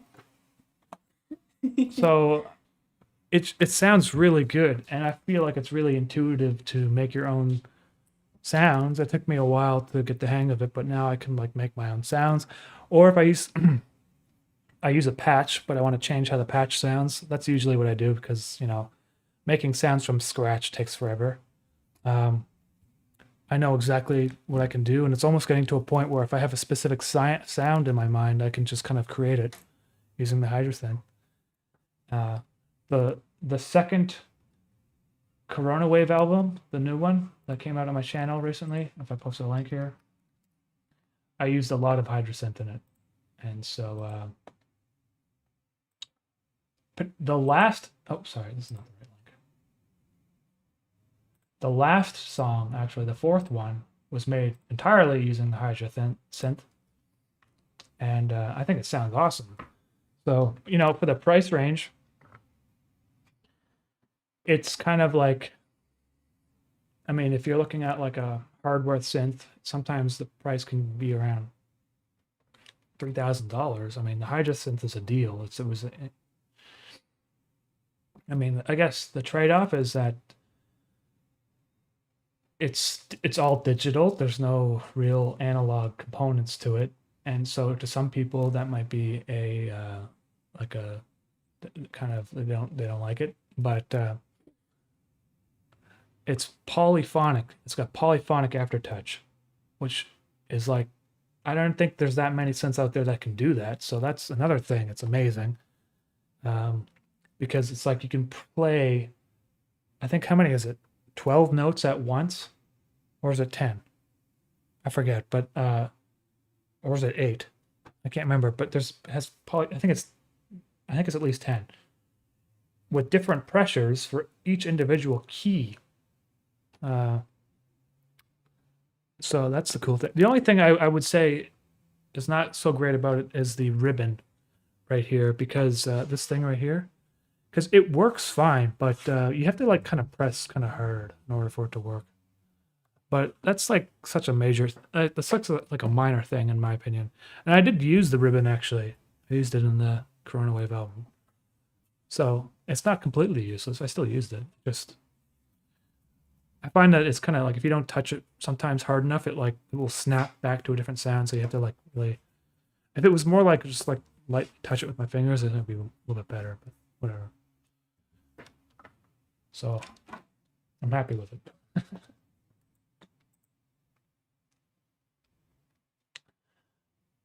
Elijah, thank you there for the comment. Happy to see you too. Let's smoke about it. New to the channel. I've been enjoying your chaotic process. I think. I really think you should check out Clip Studio sooner than later. The line art limit process is unmatched in my opinion. Okay, so after interface is done, episode 24, I'm probably gonna really try to go into Clip Studio Paint because for now I'm just sticking with Photoshop so that it's consistent. I'm not gonna like change softwares on the last episode, but afterwards I'm gonna try using Clip Studio Paint because I feel like it will probably make things a lot easier for me. Yeah, I mean, like for Photoshop, you have to pay for a subscription. So I'm paying like $100 a month just to have Adobe's software suite, right? And Clip Studio Paint is like, I think it's like $300 or something, one time. So it's a bit cheaper in the long run. I still need Premiere and stuff though, so I guess that's another thing. And After Effects. I'm telling you, anyway. I mean, After Effects is probably one of the things that's no one else has really made an equivalent to After Effects, as far as I know.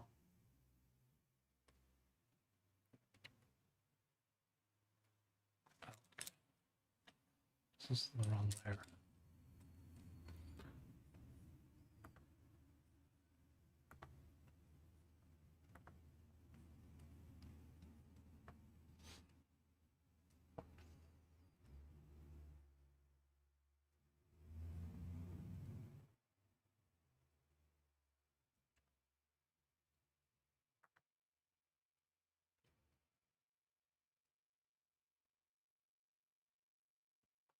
The thing about After Effects is there's some tools in there that are kind of like old school, so they kind of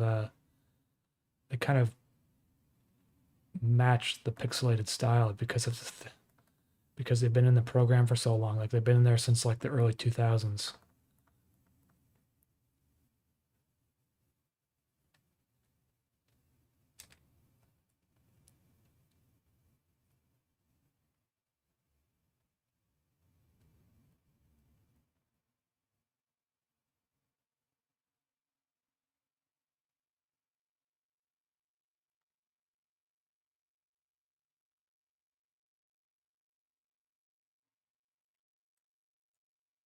Alper S. So you're gonna make an interactive story again?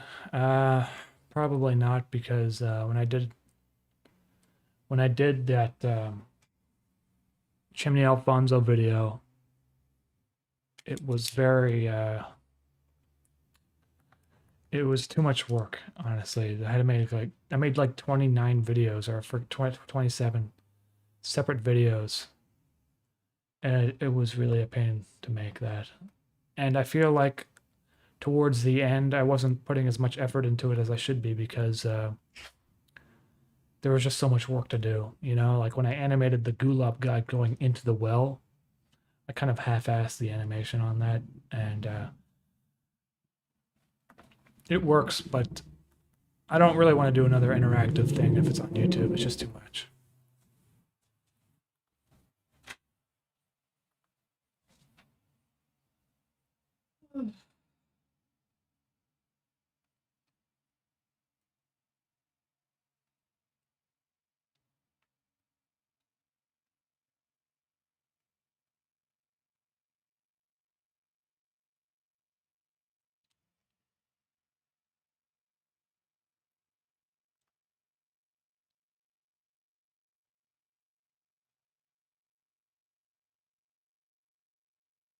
Have you seen Mr. Robot? That's a movie, right? I actually haven't seen it. Is Isaiah Tyson? Hey, Isaiah, thank you very much for the comment. I appreciate that.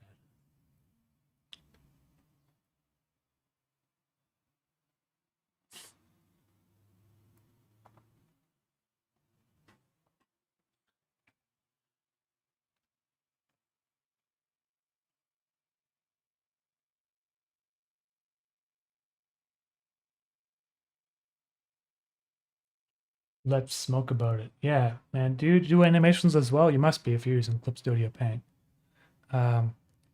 Yeah, like I was just looking at some of the features and I was also blown away by them. And I'm like, oh my God. If only I knew how to use the software now. But I'm going to wait until this is done and then get right into it probably because it looks great. I wonder what like other animators use, like Felix Colgrave. Does he use Clip Studio Paint? Or maybe he uses TV Paint or Toon Boom or something like that. I don't know what he uses.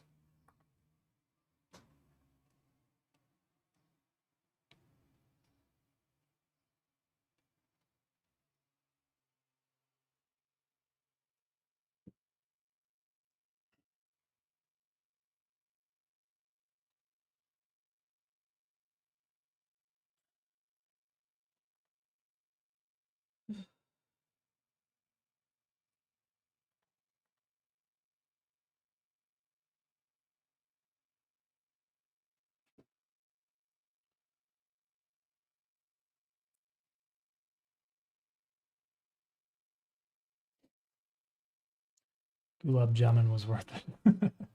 Do you guys want to know where the Gulab Jamun joke comes from? So I'm like half Indian, and my dad is not Indian, but my mom's like from India, right? And so when I was a kid and stuff, we used to go to like the temple, and there'd be a lot of like Indian sweets and stuff. And I don't know if there's any Indian people in the stream right now, and sorry for saying this, but I don't really like gulab jamun. I think it's like kind of eating a soggy Timbit.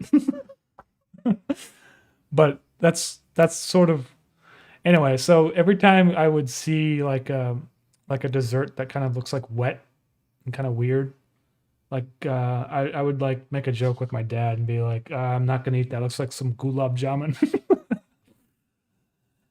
And so that was kind of how that came out of. And then I was like, okay, well, I just want to have a character that says nothing but gulab jamun. Man, that's not even true. That's us just being irritating, following your mom around, being like gulab. That's real true. I forget what exactly how it came about. We were in Cuba and we just kept saying gulab jamun all day long. She would get so irritated. I'm like 30 years old and I'm like irritating my mom by saying gulab jamun, like I'm like 5 years old because I just think it sounds funny to say. Funny.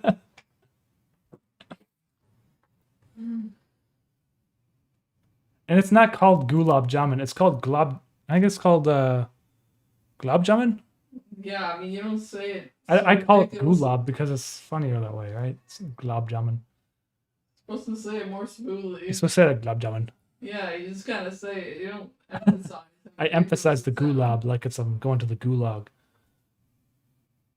Anyway. I'm Indian. How dare you transgress against the gulab jamun? Yeah. Listen, I love a lot of Indian sweets, but the gulab jamun is not one of them. I mean, it's okay. I had it. Yeah, those shiny pistachio diamonds are pretty delicious, but not gulab. I could eat like 50 of those, but one gulab is too much gulab for me. It kind of feels it tastes like okay. Stop! I hate gulab is great. Man, we gotta start a protest. It'd be an anti-umami protest. Stop the gulab.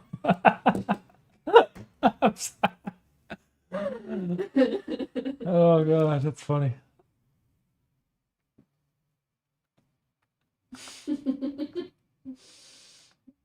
There's gonna be a march of 1 million Indian people in India next week against Umami. That's funny. That's Rashmali.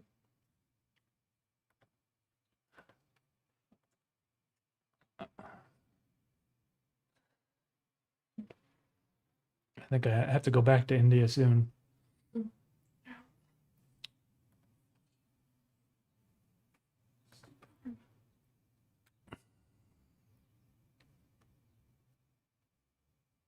Man, that looks pretty wet. What is that?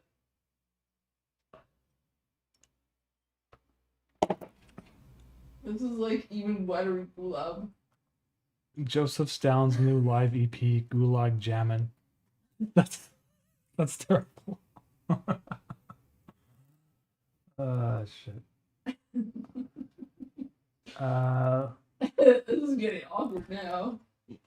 Louise Riccio, do you own any crypto? Okay. I wish I owned them.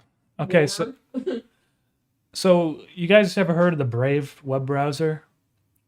Like, basically, it's a web browser that removes all the ads off the internet, and it gives people the opportunity to contribute to their YouTubers or whatever website, similar to Patreon, by paying $10 a month, whatever. It will take that $10, convert it into cryptocurrency, and distribute it to a percentage of the people that you've watched during the month, right? And so I signed up to be a publisher with them like a year ago or 2 years ago, and basically I had like $100 worth of cryptocurrency, and then the price of cryptocurrency exploded the past year, so it went up again to it's like $1,000.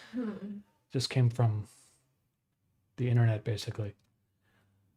But I knew about Bitcoin back in 2011, and when it was like I think it was like $60. I remember I looked at the price and I was like, people are paying $60 for some sort of digital coin? And I'm like, that's dumb. That's stupid. And then I just closed it and never paid attention to it again until it was like $1,300 per coin. And I was like, oh man, I should buy some Bitcoin. And then I didn't. And then it collapsed again. It went down to like $400, and I forgot about it again. And the next time I checked, it was like $40,000. Whoops. Drop the ball there. Doesn't matter.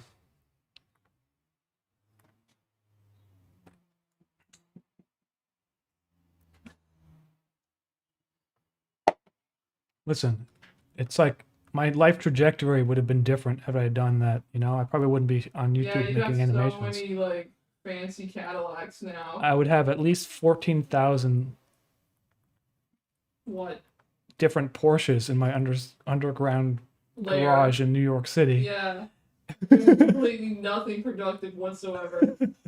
Interface would not exist. Umami has to be poor. Umami needs to be poor for interface to exist. Do you guys understand? Yeah. You'd have like 6 Gucci houses. I'll have 6. If I was rich, I'd have 6 Gucci houses. And I'd be living on a beach, and I'd be, yeah. That houses would be designed by Gucci, like out of Gucci bags. I would use Gucci bags as insulation for the house. Yeah, you'd be that rich.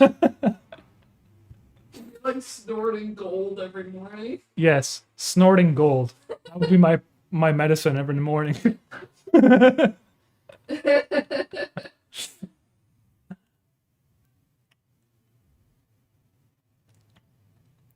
Yeah, there you go.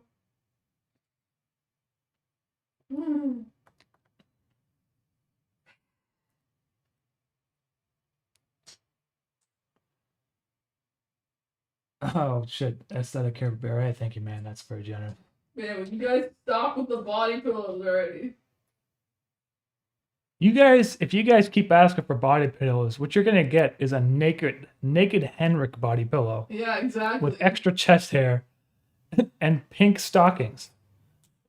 And that will be it. That will be the only thing I'll sell. Take all the items off my merch store. You will only be able to get that. We'll just delete everything. But there'll actually be two versions. There'll be one Henrik body pillow and one Henrik extra mustache edition body pillow. No, you need a Mr. Greetings body pillow that's also nude.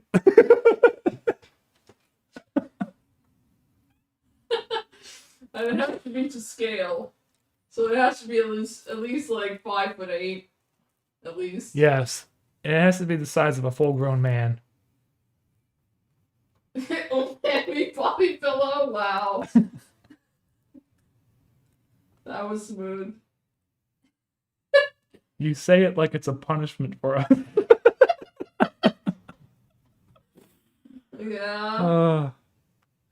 They asked nicely for the regular body pillow because they secretly want the disgusting body pillow.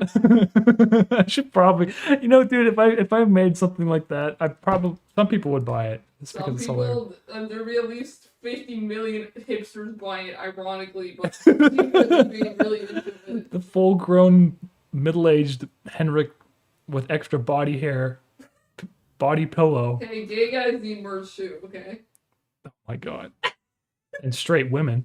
Yeah, I guess they exist. That's not as funny though.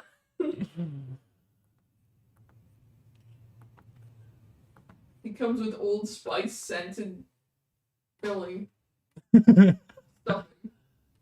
I'm not gonna. I have Old Spice deodorant. Oh. Does that make me an old man? It makes me Bad said. kind of like the way it smells. You don't like it? No, I do.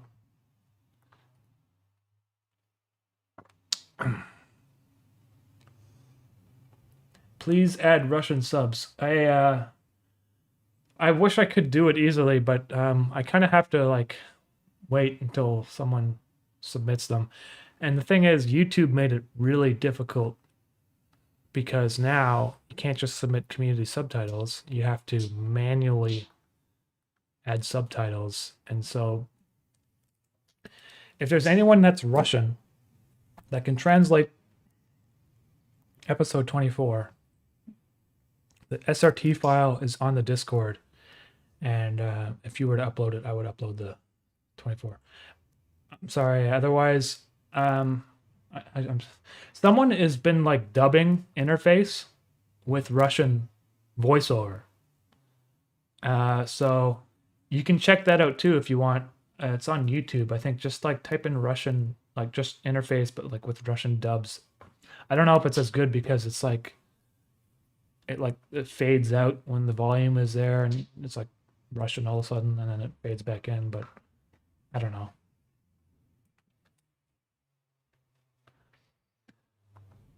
That's YouTube for you, getting rid of the accessibility features. Yeah, very inclusive YouTube. Good job. Yeah. Isn't that like your whole fucking agenda or something? YouTube pretends to be very inclusive and then they like remove community subtitles. Yeah. Like I don't understand what their thought process is.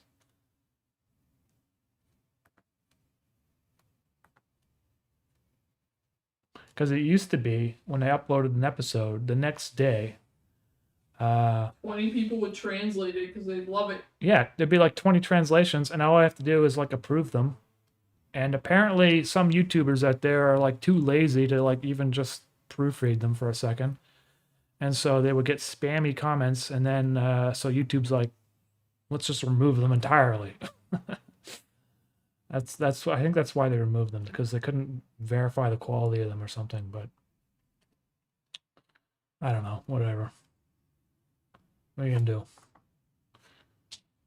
If something like Odyssey came out with community subtitles, and you could like pay them through the Odyssey coin or whatever it is, library coin, to do that would be kind of cool. Maybe I should send that as a feature request, because honestly, why does everyone think I sound drunk all the time?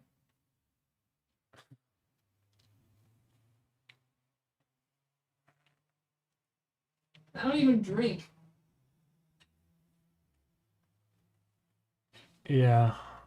I don't know. I really every time like it's very annoying. They're adding a whole bunch of features that like no one really wants, but then they like remove the ones that I care about the most, which is community subtitles.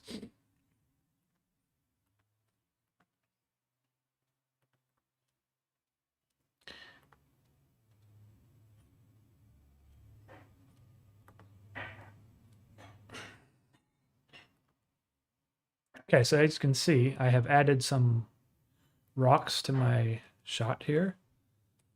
Oh, I should probably thin the shot out.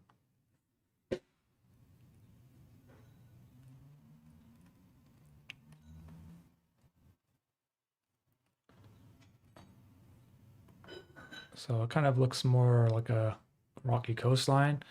Then you got your foreground layer that's going to animate and parallax, sort of, probably. And I think it just needs a little bit of highlights.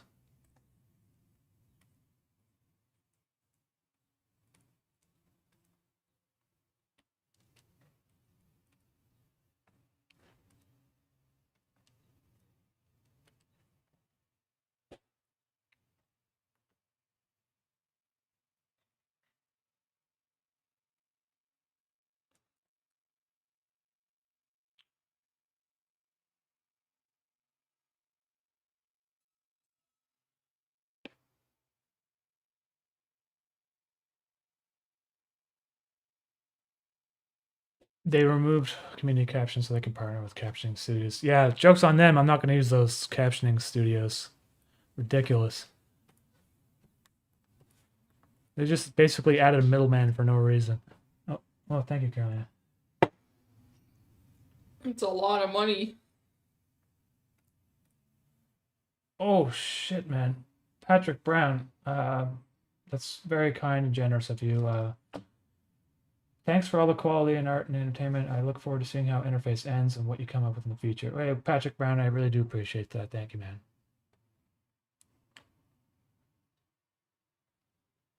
man. The Grim Reaper 7. Do you have a full-time job or are you doing Umami only? He is only umamis. When I started my channel, I was kind of doing a mixture of You want more water? Yes, please. Thank you, sweet. I was doing like corporate videos and stuff. I think there was a time when I was like animating a Cat 5 cable in 3D and like it had to like connect into the outlet in the wall and I was like losing my mind because I was like, why do I have to do this?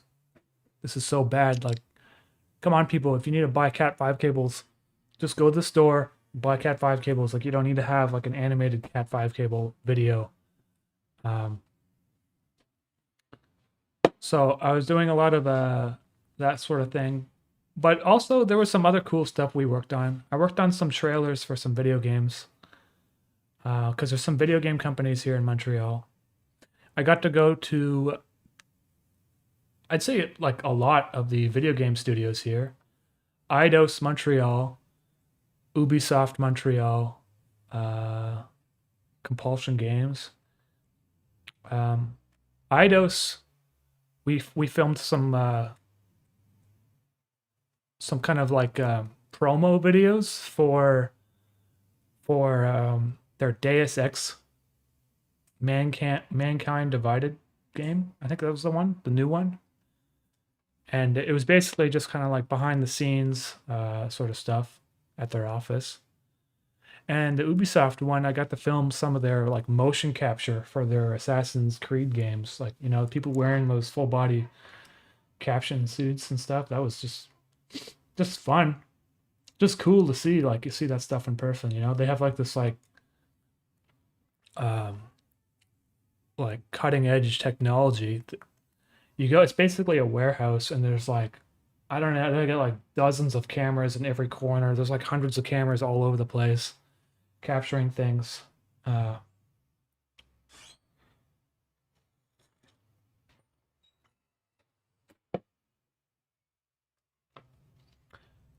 So what video game trailers did I work on? Yeah, so well, they weren't all trailers, but they were like a mixture of promo videos and trailers, so they weren't like exactly trailers. There was a few trailers I worked on. There was one trailer for Blood Dragon. You know that like no, it was called Trials. Trials Blood Dragon. It was like the Trials video game, but like with the Blood Dragon skin or whatever. And there was another trailer for this game called it was about taking joy. I forget the pills were about taking joy. Let me see if I can look it up.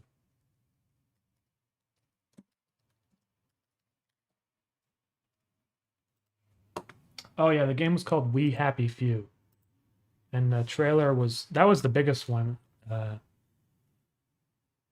I worked with this guy that basically does video game trailers for a living, and he hired me to help him work on this trailer for his game called We Happy Few. And it was for their, I think it was like the E3 trailer too. The trailer was already like edited, but they needed someone to go in and like make it better, basically. And so I went in and made it better, and with the reviewing notes and stuff back and forth. So that's what I worked on. It wasn't all me. Like it was all these trailers are like a group effort sort of thing, right? So.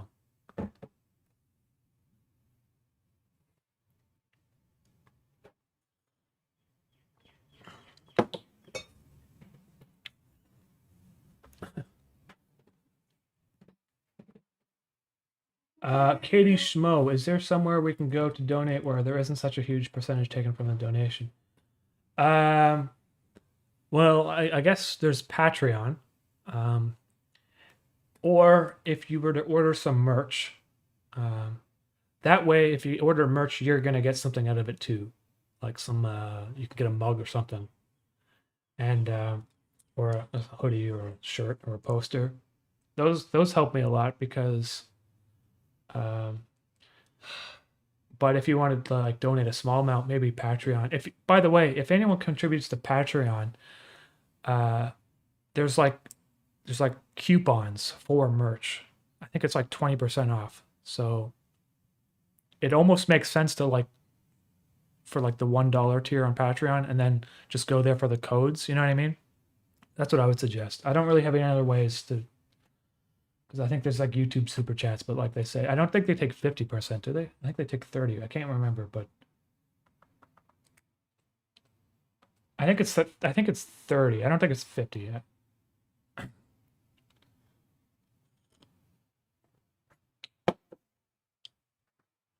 Anyway, I appreciate that though, Patrick Brown. Yeah.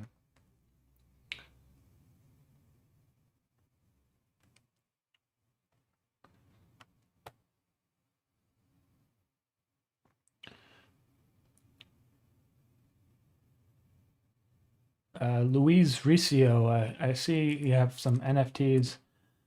Apparently, I took some flack for making NFTs because I guess they're not good for the environment. So I did make some, but I'm not going to make any more until Ethereum 2.0 is released, which should be soon, like this summer, I think.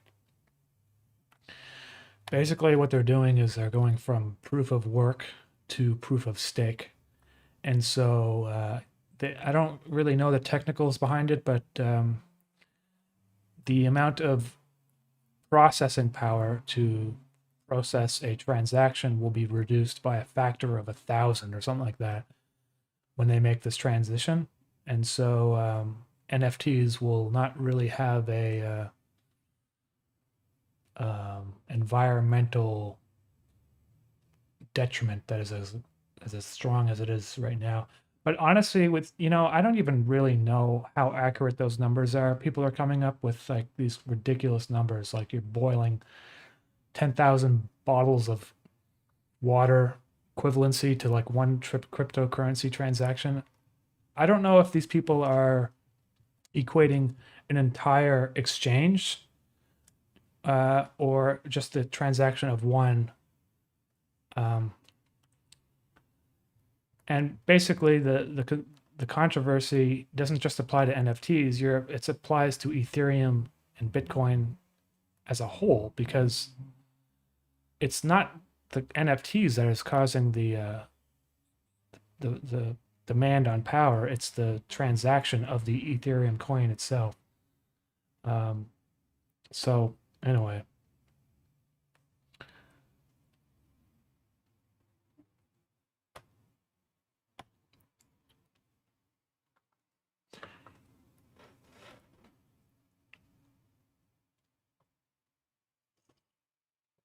The environmental concerns of NFT and crypto are overblown. I actually think that I think there might even be misinformation, like on a grand scale, about NFTs, because I was reading about it and I was like, there's no goddamn way this makes sense. But of course, I'm not going to say anything more about it because I really don't know.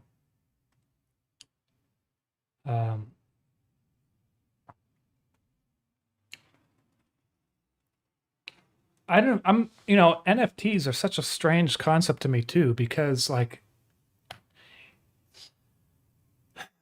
you're not necessarily buying the copyright of an item.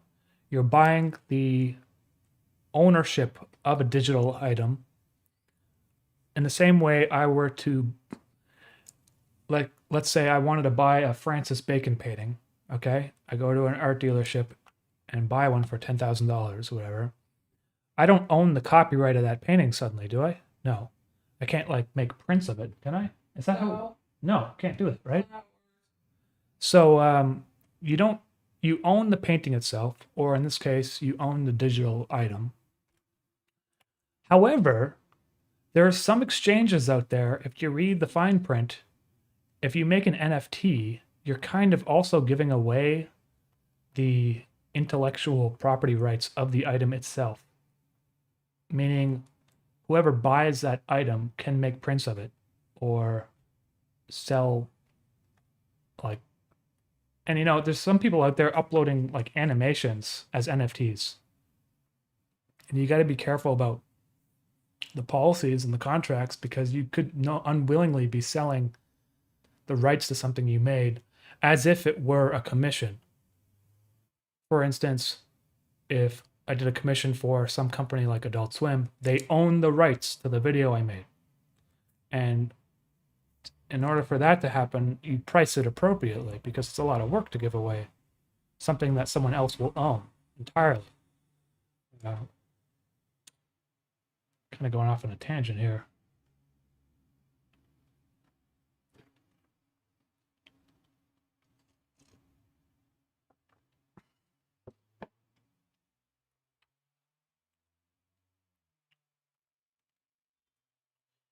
One of the things that I was concerned about, well, I'm not really concerned about it, but I was thinking about, is with NFTs, the image itself isn't stored on the blockchain. It's the metadata that's stored on the blockchain, the ownership, the transaction history, information about its size and stuff, and a link to the actual file. But the link to the file could be hosted on Google somewhere, and it could be hosted on some other server. And if it's hosted on Google, the chances of it being deleted are probably 0. But you're basically, you never know in the future, 20 years from now, who knows what might happen. Google might end up being the Ask Jeeves of the internet, and you have an NFT that's being hosted on some defunct platform, is what I'm saying. There could be some broken links in the future. It could be like 10 years trying to sell your NFT and you can't even see it because it's not hosting the image.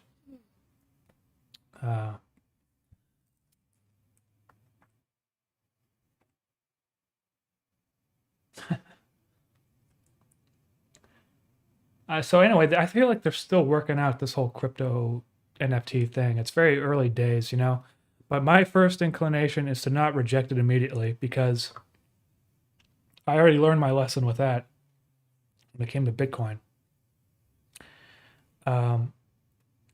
And when there's something new, then people are finding value in it.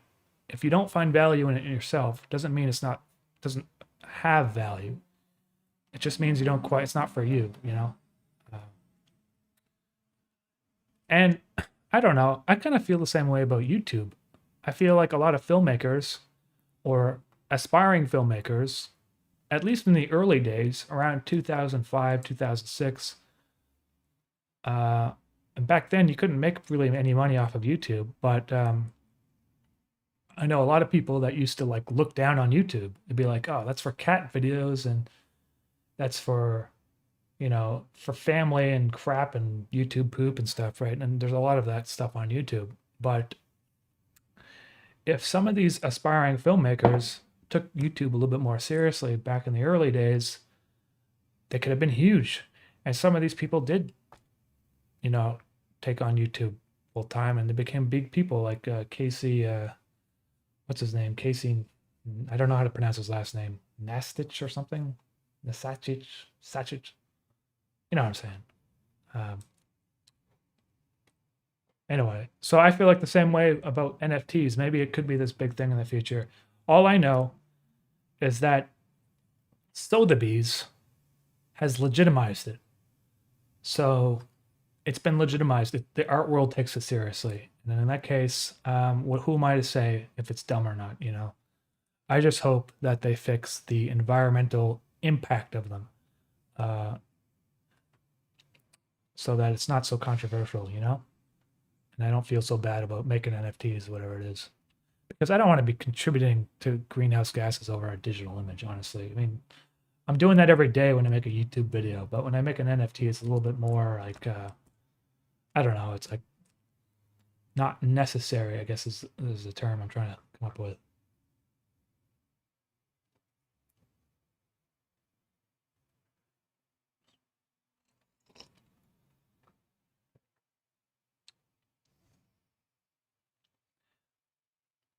NFTs technically don't have any value at all.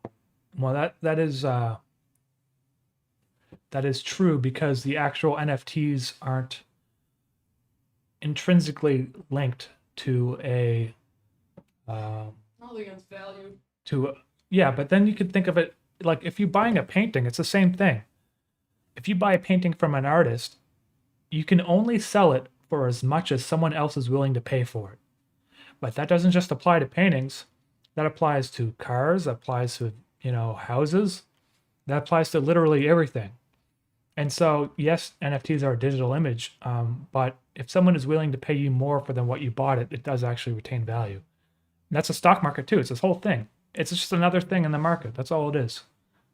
No, it's like when you go on Facebook Marketplace and you see some boomer selling their microwave for $300 because that's what they bought it for in the 80s.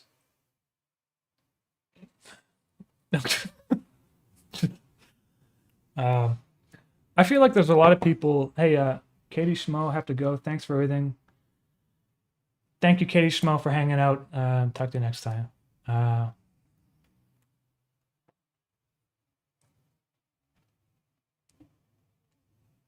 What was I going to say?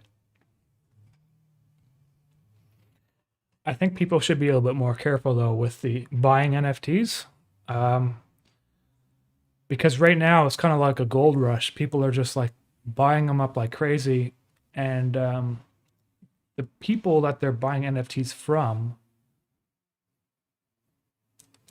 you have to ask yourself, it's an investment. Like if your art is an investment, if you're just buying NFTs this way and that way, and you don't see them retaining value in 10 years, like you have to ask yourself, do you really think you could sell this NFT that I just bought for as much as I paid for it or more in the future?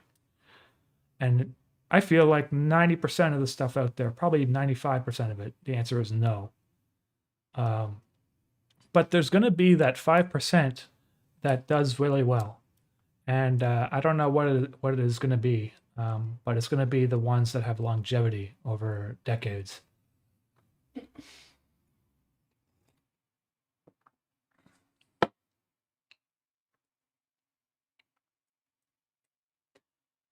Umami, what about your favorite non-American animation? Well, I've already mentioned Studio Ghibli every time I stream, and Ghost in the Shell. But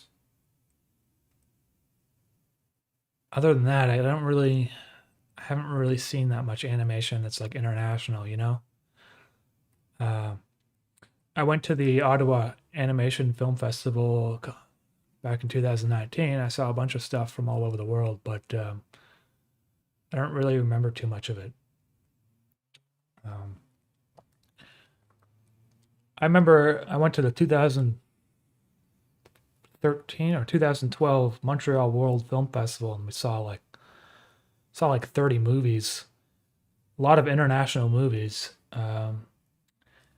And one of them was this Japanese like movie about an emperor that floods an entire village. And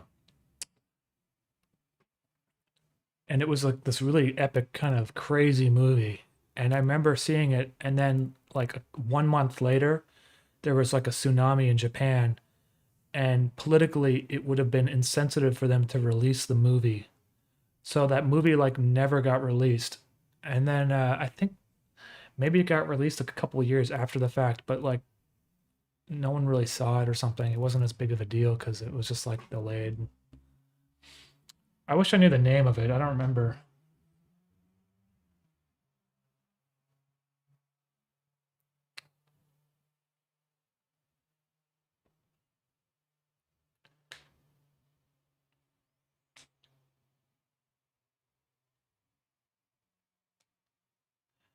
Limo dos Santos. Hey Justin, just wanted to let you know my thank you for your amazing works. My life is Reese's Pieces because of you. Hey Limos dos Santos, thank you for the super chat. I hope your life is not in Reese's Pieces. But if it is Reese's Pieces, I guess that might be a little bit better.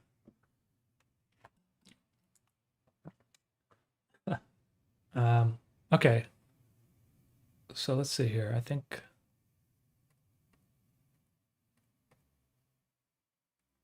I don't need this layer, so I'm going to delete that. Okay, so this is looking all right. Now, I just drew those stars in, but actually I usually use a constellation that refers to the particular theme of the episode. And that's like one of the little Easter eggs I throw in there. So I'm probably going to redraw the stars at some point. I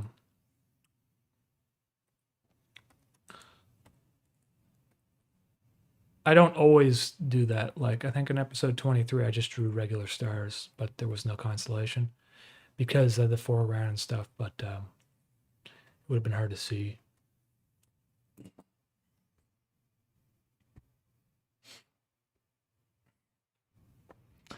Patrick Brown, what are your favorite YouTube channels? Are you a big fan of the Big Les Show?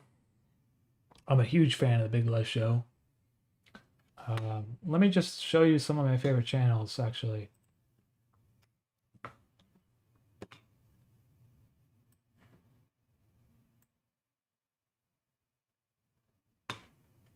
Okay, I'll just like go through my subscriptions here. I mean, there's the Winter Gatton channel. He's been making this marble machine. Like he made a video of a marble machine several years ago, and now he's remaking it with like metal components and stuff, and it's really an engineering feat, which is quite interesting. The NASA channel, just because I want to see like the helicopter video that comes out soon, the helicopter on Mars.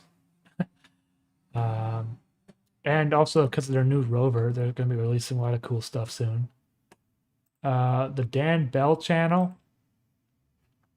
because he's got this like Dead Mall series that I kind of like to watch because I don't know what's wrong with me, but I find like dead malls to be fascinating sometimes. I don't know. Joel Haver is another great one because he makes these like hilarious little skits that are animated using EB Synth, which is a novel way to do things. And he came up with that method.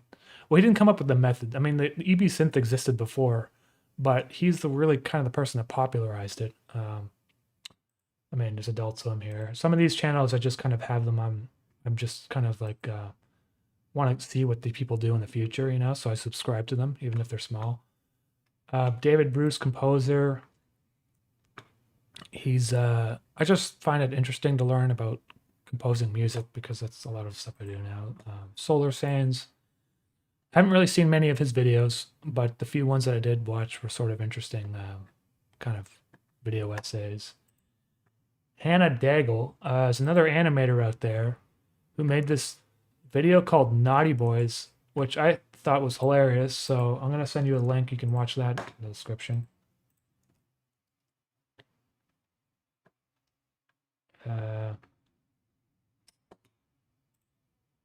Solitaire Recording Studio. I just subscribed to them because they actually did some violin and viola recording for me just yesterday. And so the soundtrack is going to have some real instruments now. Zark Flappy Sheep is another. He's a young animator, and I think his videos are pretty funny. Like I like his the Big Boys. There was one called The Big Boys, I think, in here somewhere. Exploshi is another animator that's kind of similar to my channel in some ways, but different. I really like some of these videos. The Soulless one I found pretty funny for some reason. I don't know. I'm just going to go through all my subscriptions. Boston Dynamics is... oh, well, you guys know what that is. It's a crazy Skynet company that's going to... Zico here is a... he's making all these, like, animated Gordon Ramsay videos. They're hilarious. And they get a ton of views, like 10 million views. It's ridiculous. A Fox in Space is another channel. Now, this guy is like extremely talented as an animator. And he spends a long time working on stuff, so he doesn't upload very often. But if you watch some of his clips, it's just like the lighting and the movement of the characters is just really well done. Atomic Heart is this like Russian video game company that is making something that looks really cool. Maybe I'll start skipping through some of these. I mean, some of the okay. Advice Verse says, I don't know how to say that. He doesn't really upload very often, but whenever he does, it's usually pretty good. So I'll post another link.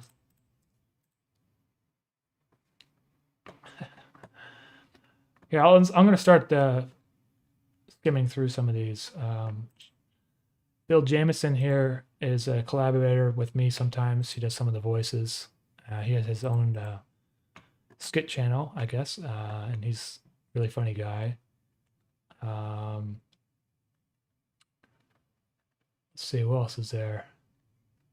Oh, obviously Pilot Red Sun. I'm a huge fan of this guy. Big Les Show here. Digilux Recreational Video is a pretty good one. He's got these really funny. This bowling one was great. Fantastic 3D Creation, I think, is this guy does a lot of animations for Adult Swim, and they're pretty funny. What else is there? Oh, MS Quaint works with this guy named Rolo sometimes, so they get some funny animations. Rolo's another one. I think he's probably down here somewhere. I don't know where. Pilot Red Sky is like Pilot Red Sun's music channel. Well, there's Ethereal Snake, who's coming out with some pretty nice looking stuff recently. So that's going to be interesting to see when that comes out. New Mickey video. Bravura has some interesting 3D stuff. Let's see, who else is there? Kevin O'Leary. I don't really actually watch his videos that often. There's Doug Pound here. You guys know Doug Pound from I think this guy used to like edit like Tim and Eric videos. I don't know if he still does, but he's got a bunch of weird videos on here. They're pretty funny.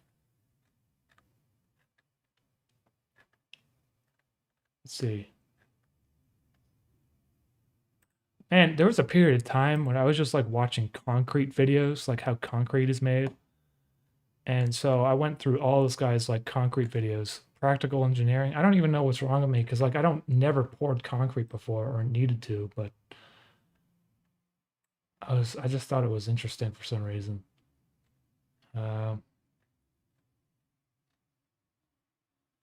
Yeah, so that's,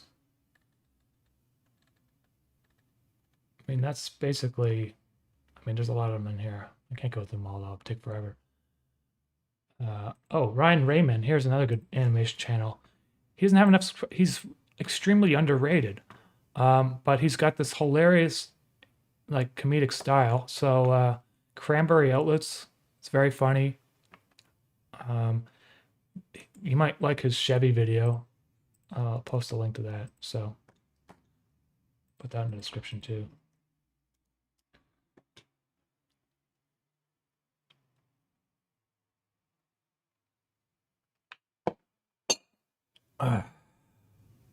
Now I'm like dried out from talking so much.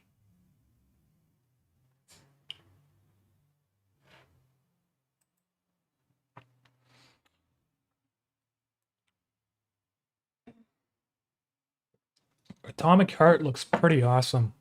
And I just hope it doesn't turn into vaporware. You know, because sometimes that happens with these game studios. But it looks like they're still active, so I'm not concerned.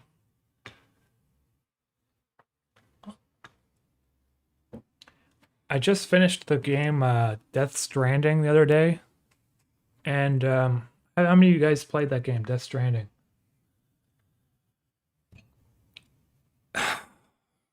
I thought I was at the end of the game, and then I was playing it, and then it ended up going on and on forever, and it's like 7 hours went by, and the ending of the game, I was like, oh my god, I felt like I don't know, man, I felt like I woke out of a coma after I finished that game.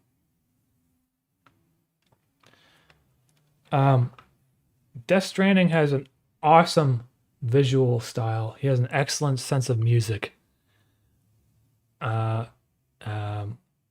Aesthetically amazing, and I feel like it's one of the most creative games that has come out recently. However, there's some problems with the game, in my opinion. I feel like he should have removed the amount of menus by a factor of 100. And when you're playing the game, it's such a visually nice game to look at, but you have all this crap on the screen all the time, like all this like visual noise. And you know, if I'm fighting something like a boss, I feel like I shouldn't have to open up my inventory and like readjust the location of a box on my shoulder so that I can use it when I'm fighting something. It's just there's a lot of little things that kind of add up to makes the game kind of tedious. That's being said, the positives kind of outweigh the negatives to a point where I feel like it was an awesome game. I just don't ever want to play it again because of the tedious aspects of it. Does that make any sense?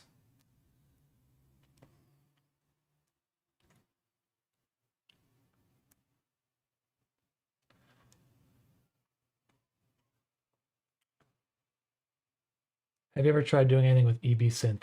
I think I did a few tests a long time ago, and just it was like kind of like too glitchy and stuff. And the thing I don't really like about it, EB Synth, is that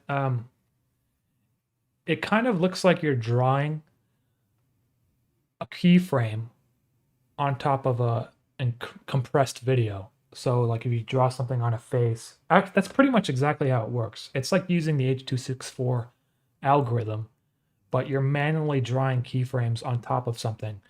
And I think there was a way that you could have done that before EB Synth even existed, but I think they're using a neural network, so it's a little bit better. it's kind of like the precursor, like data moshing was like a precursor to it. And then EB synth makes it way better, and I think they're refining it every day, so it's like getting better. But anyway, it didn't mesh with my style, so I haven't really used it.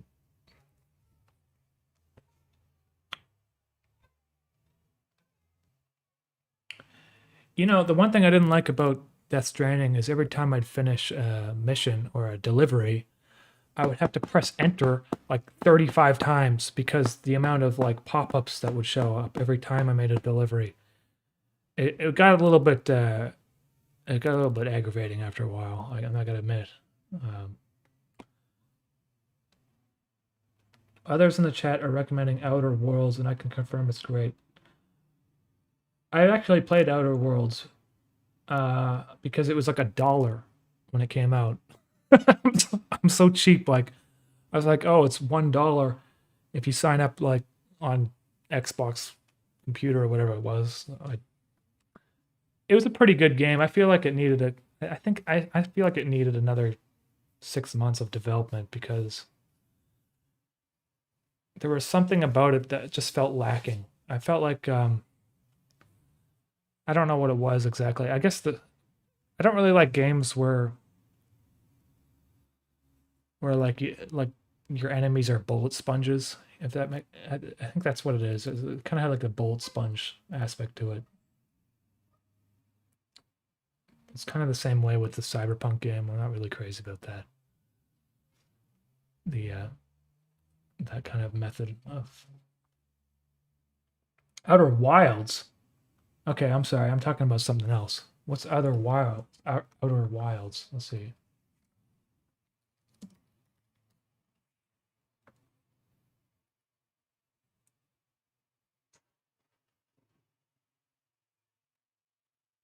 I've never even seen this before, but that looks pretty cool.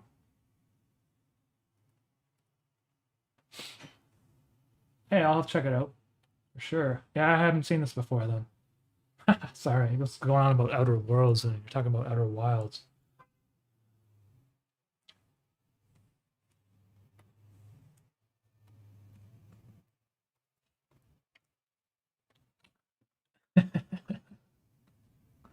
They came out around the same time to make it even more confusing.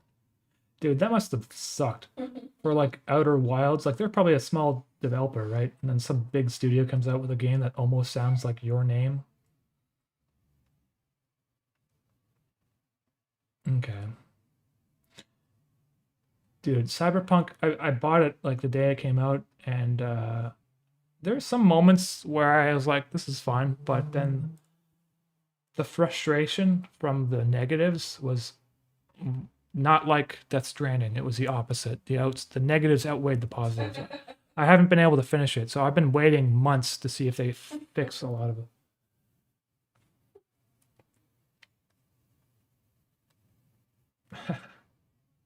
Have you tried Dane, the neural network? 8 FPS turns into 24. Crab of Chaos. I haven't really tried it, no. You know, I might give it a go sometimes, but I feel like with animation, actually, if you have a higher FPS, it's not necessarily a good thing. I have some sort of like idea in my head that if you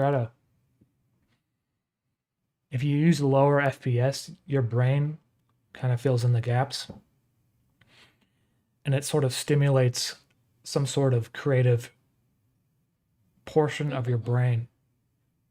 And what it does is it like makes the overall video more engaging. And I think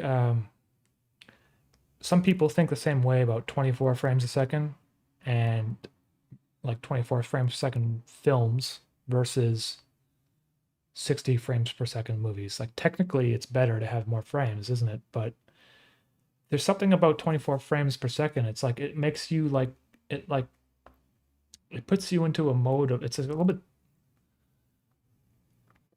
it's like your brain has to work a little bit at interpreting the images and the movement in between them. I don't know. I'm just kind of rambling now.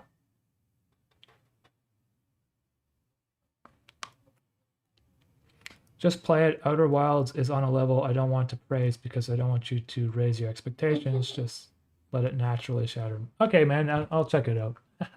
It looks cool from the pictures I was looking at there. So.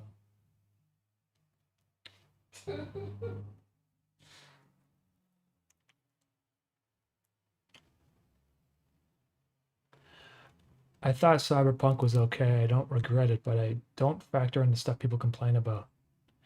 And it didn't really crash me, so it was fine.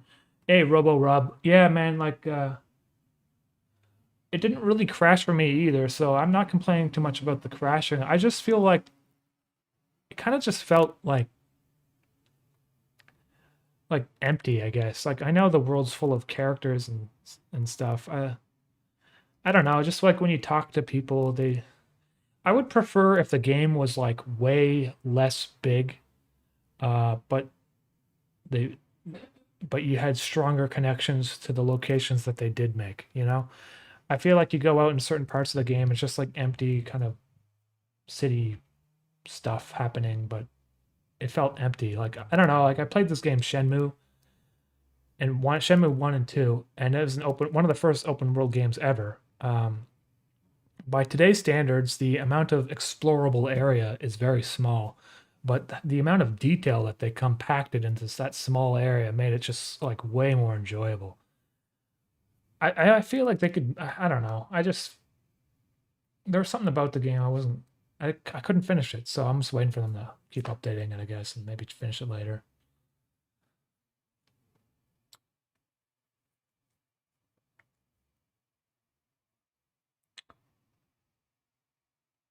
Tails Mega, yeah. Stop playing it. I feel like sometimes if you're playing a game and it feels like it's like a chore, like then you shouldn't be playing the game, because why else are you playing it? You're supposed to be playing it to have fun, really, you know? And I feel that way with a lot of games, you know, sometimes. So at that point, I just haven't really been playing that many new video games. Just the ones that I find that look interesting, like the Death Stranding one looked interesting.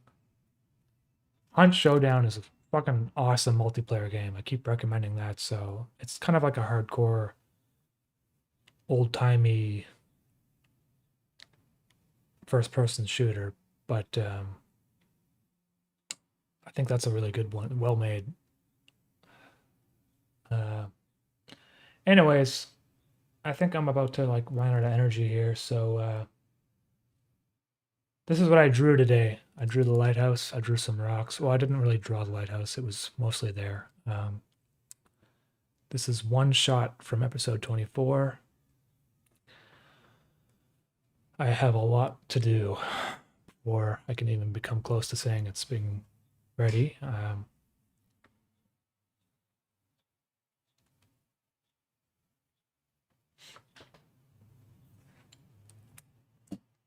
think it's going to take place at night. Hey, Dirty Dan. Hey, thank you for sharing my channel. I appreciate it in the comments. BG, are you French Quebecois? I'm not. I'm an Anglophone, man. I'm from Nova Scotia, but I live here in Quebec now. And I do speak French. Yeah.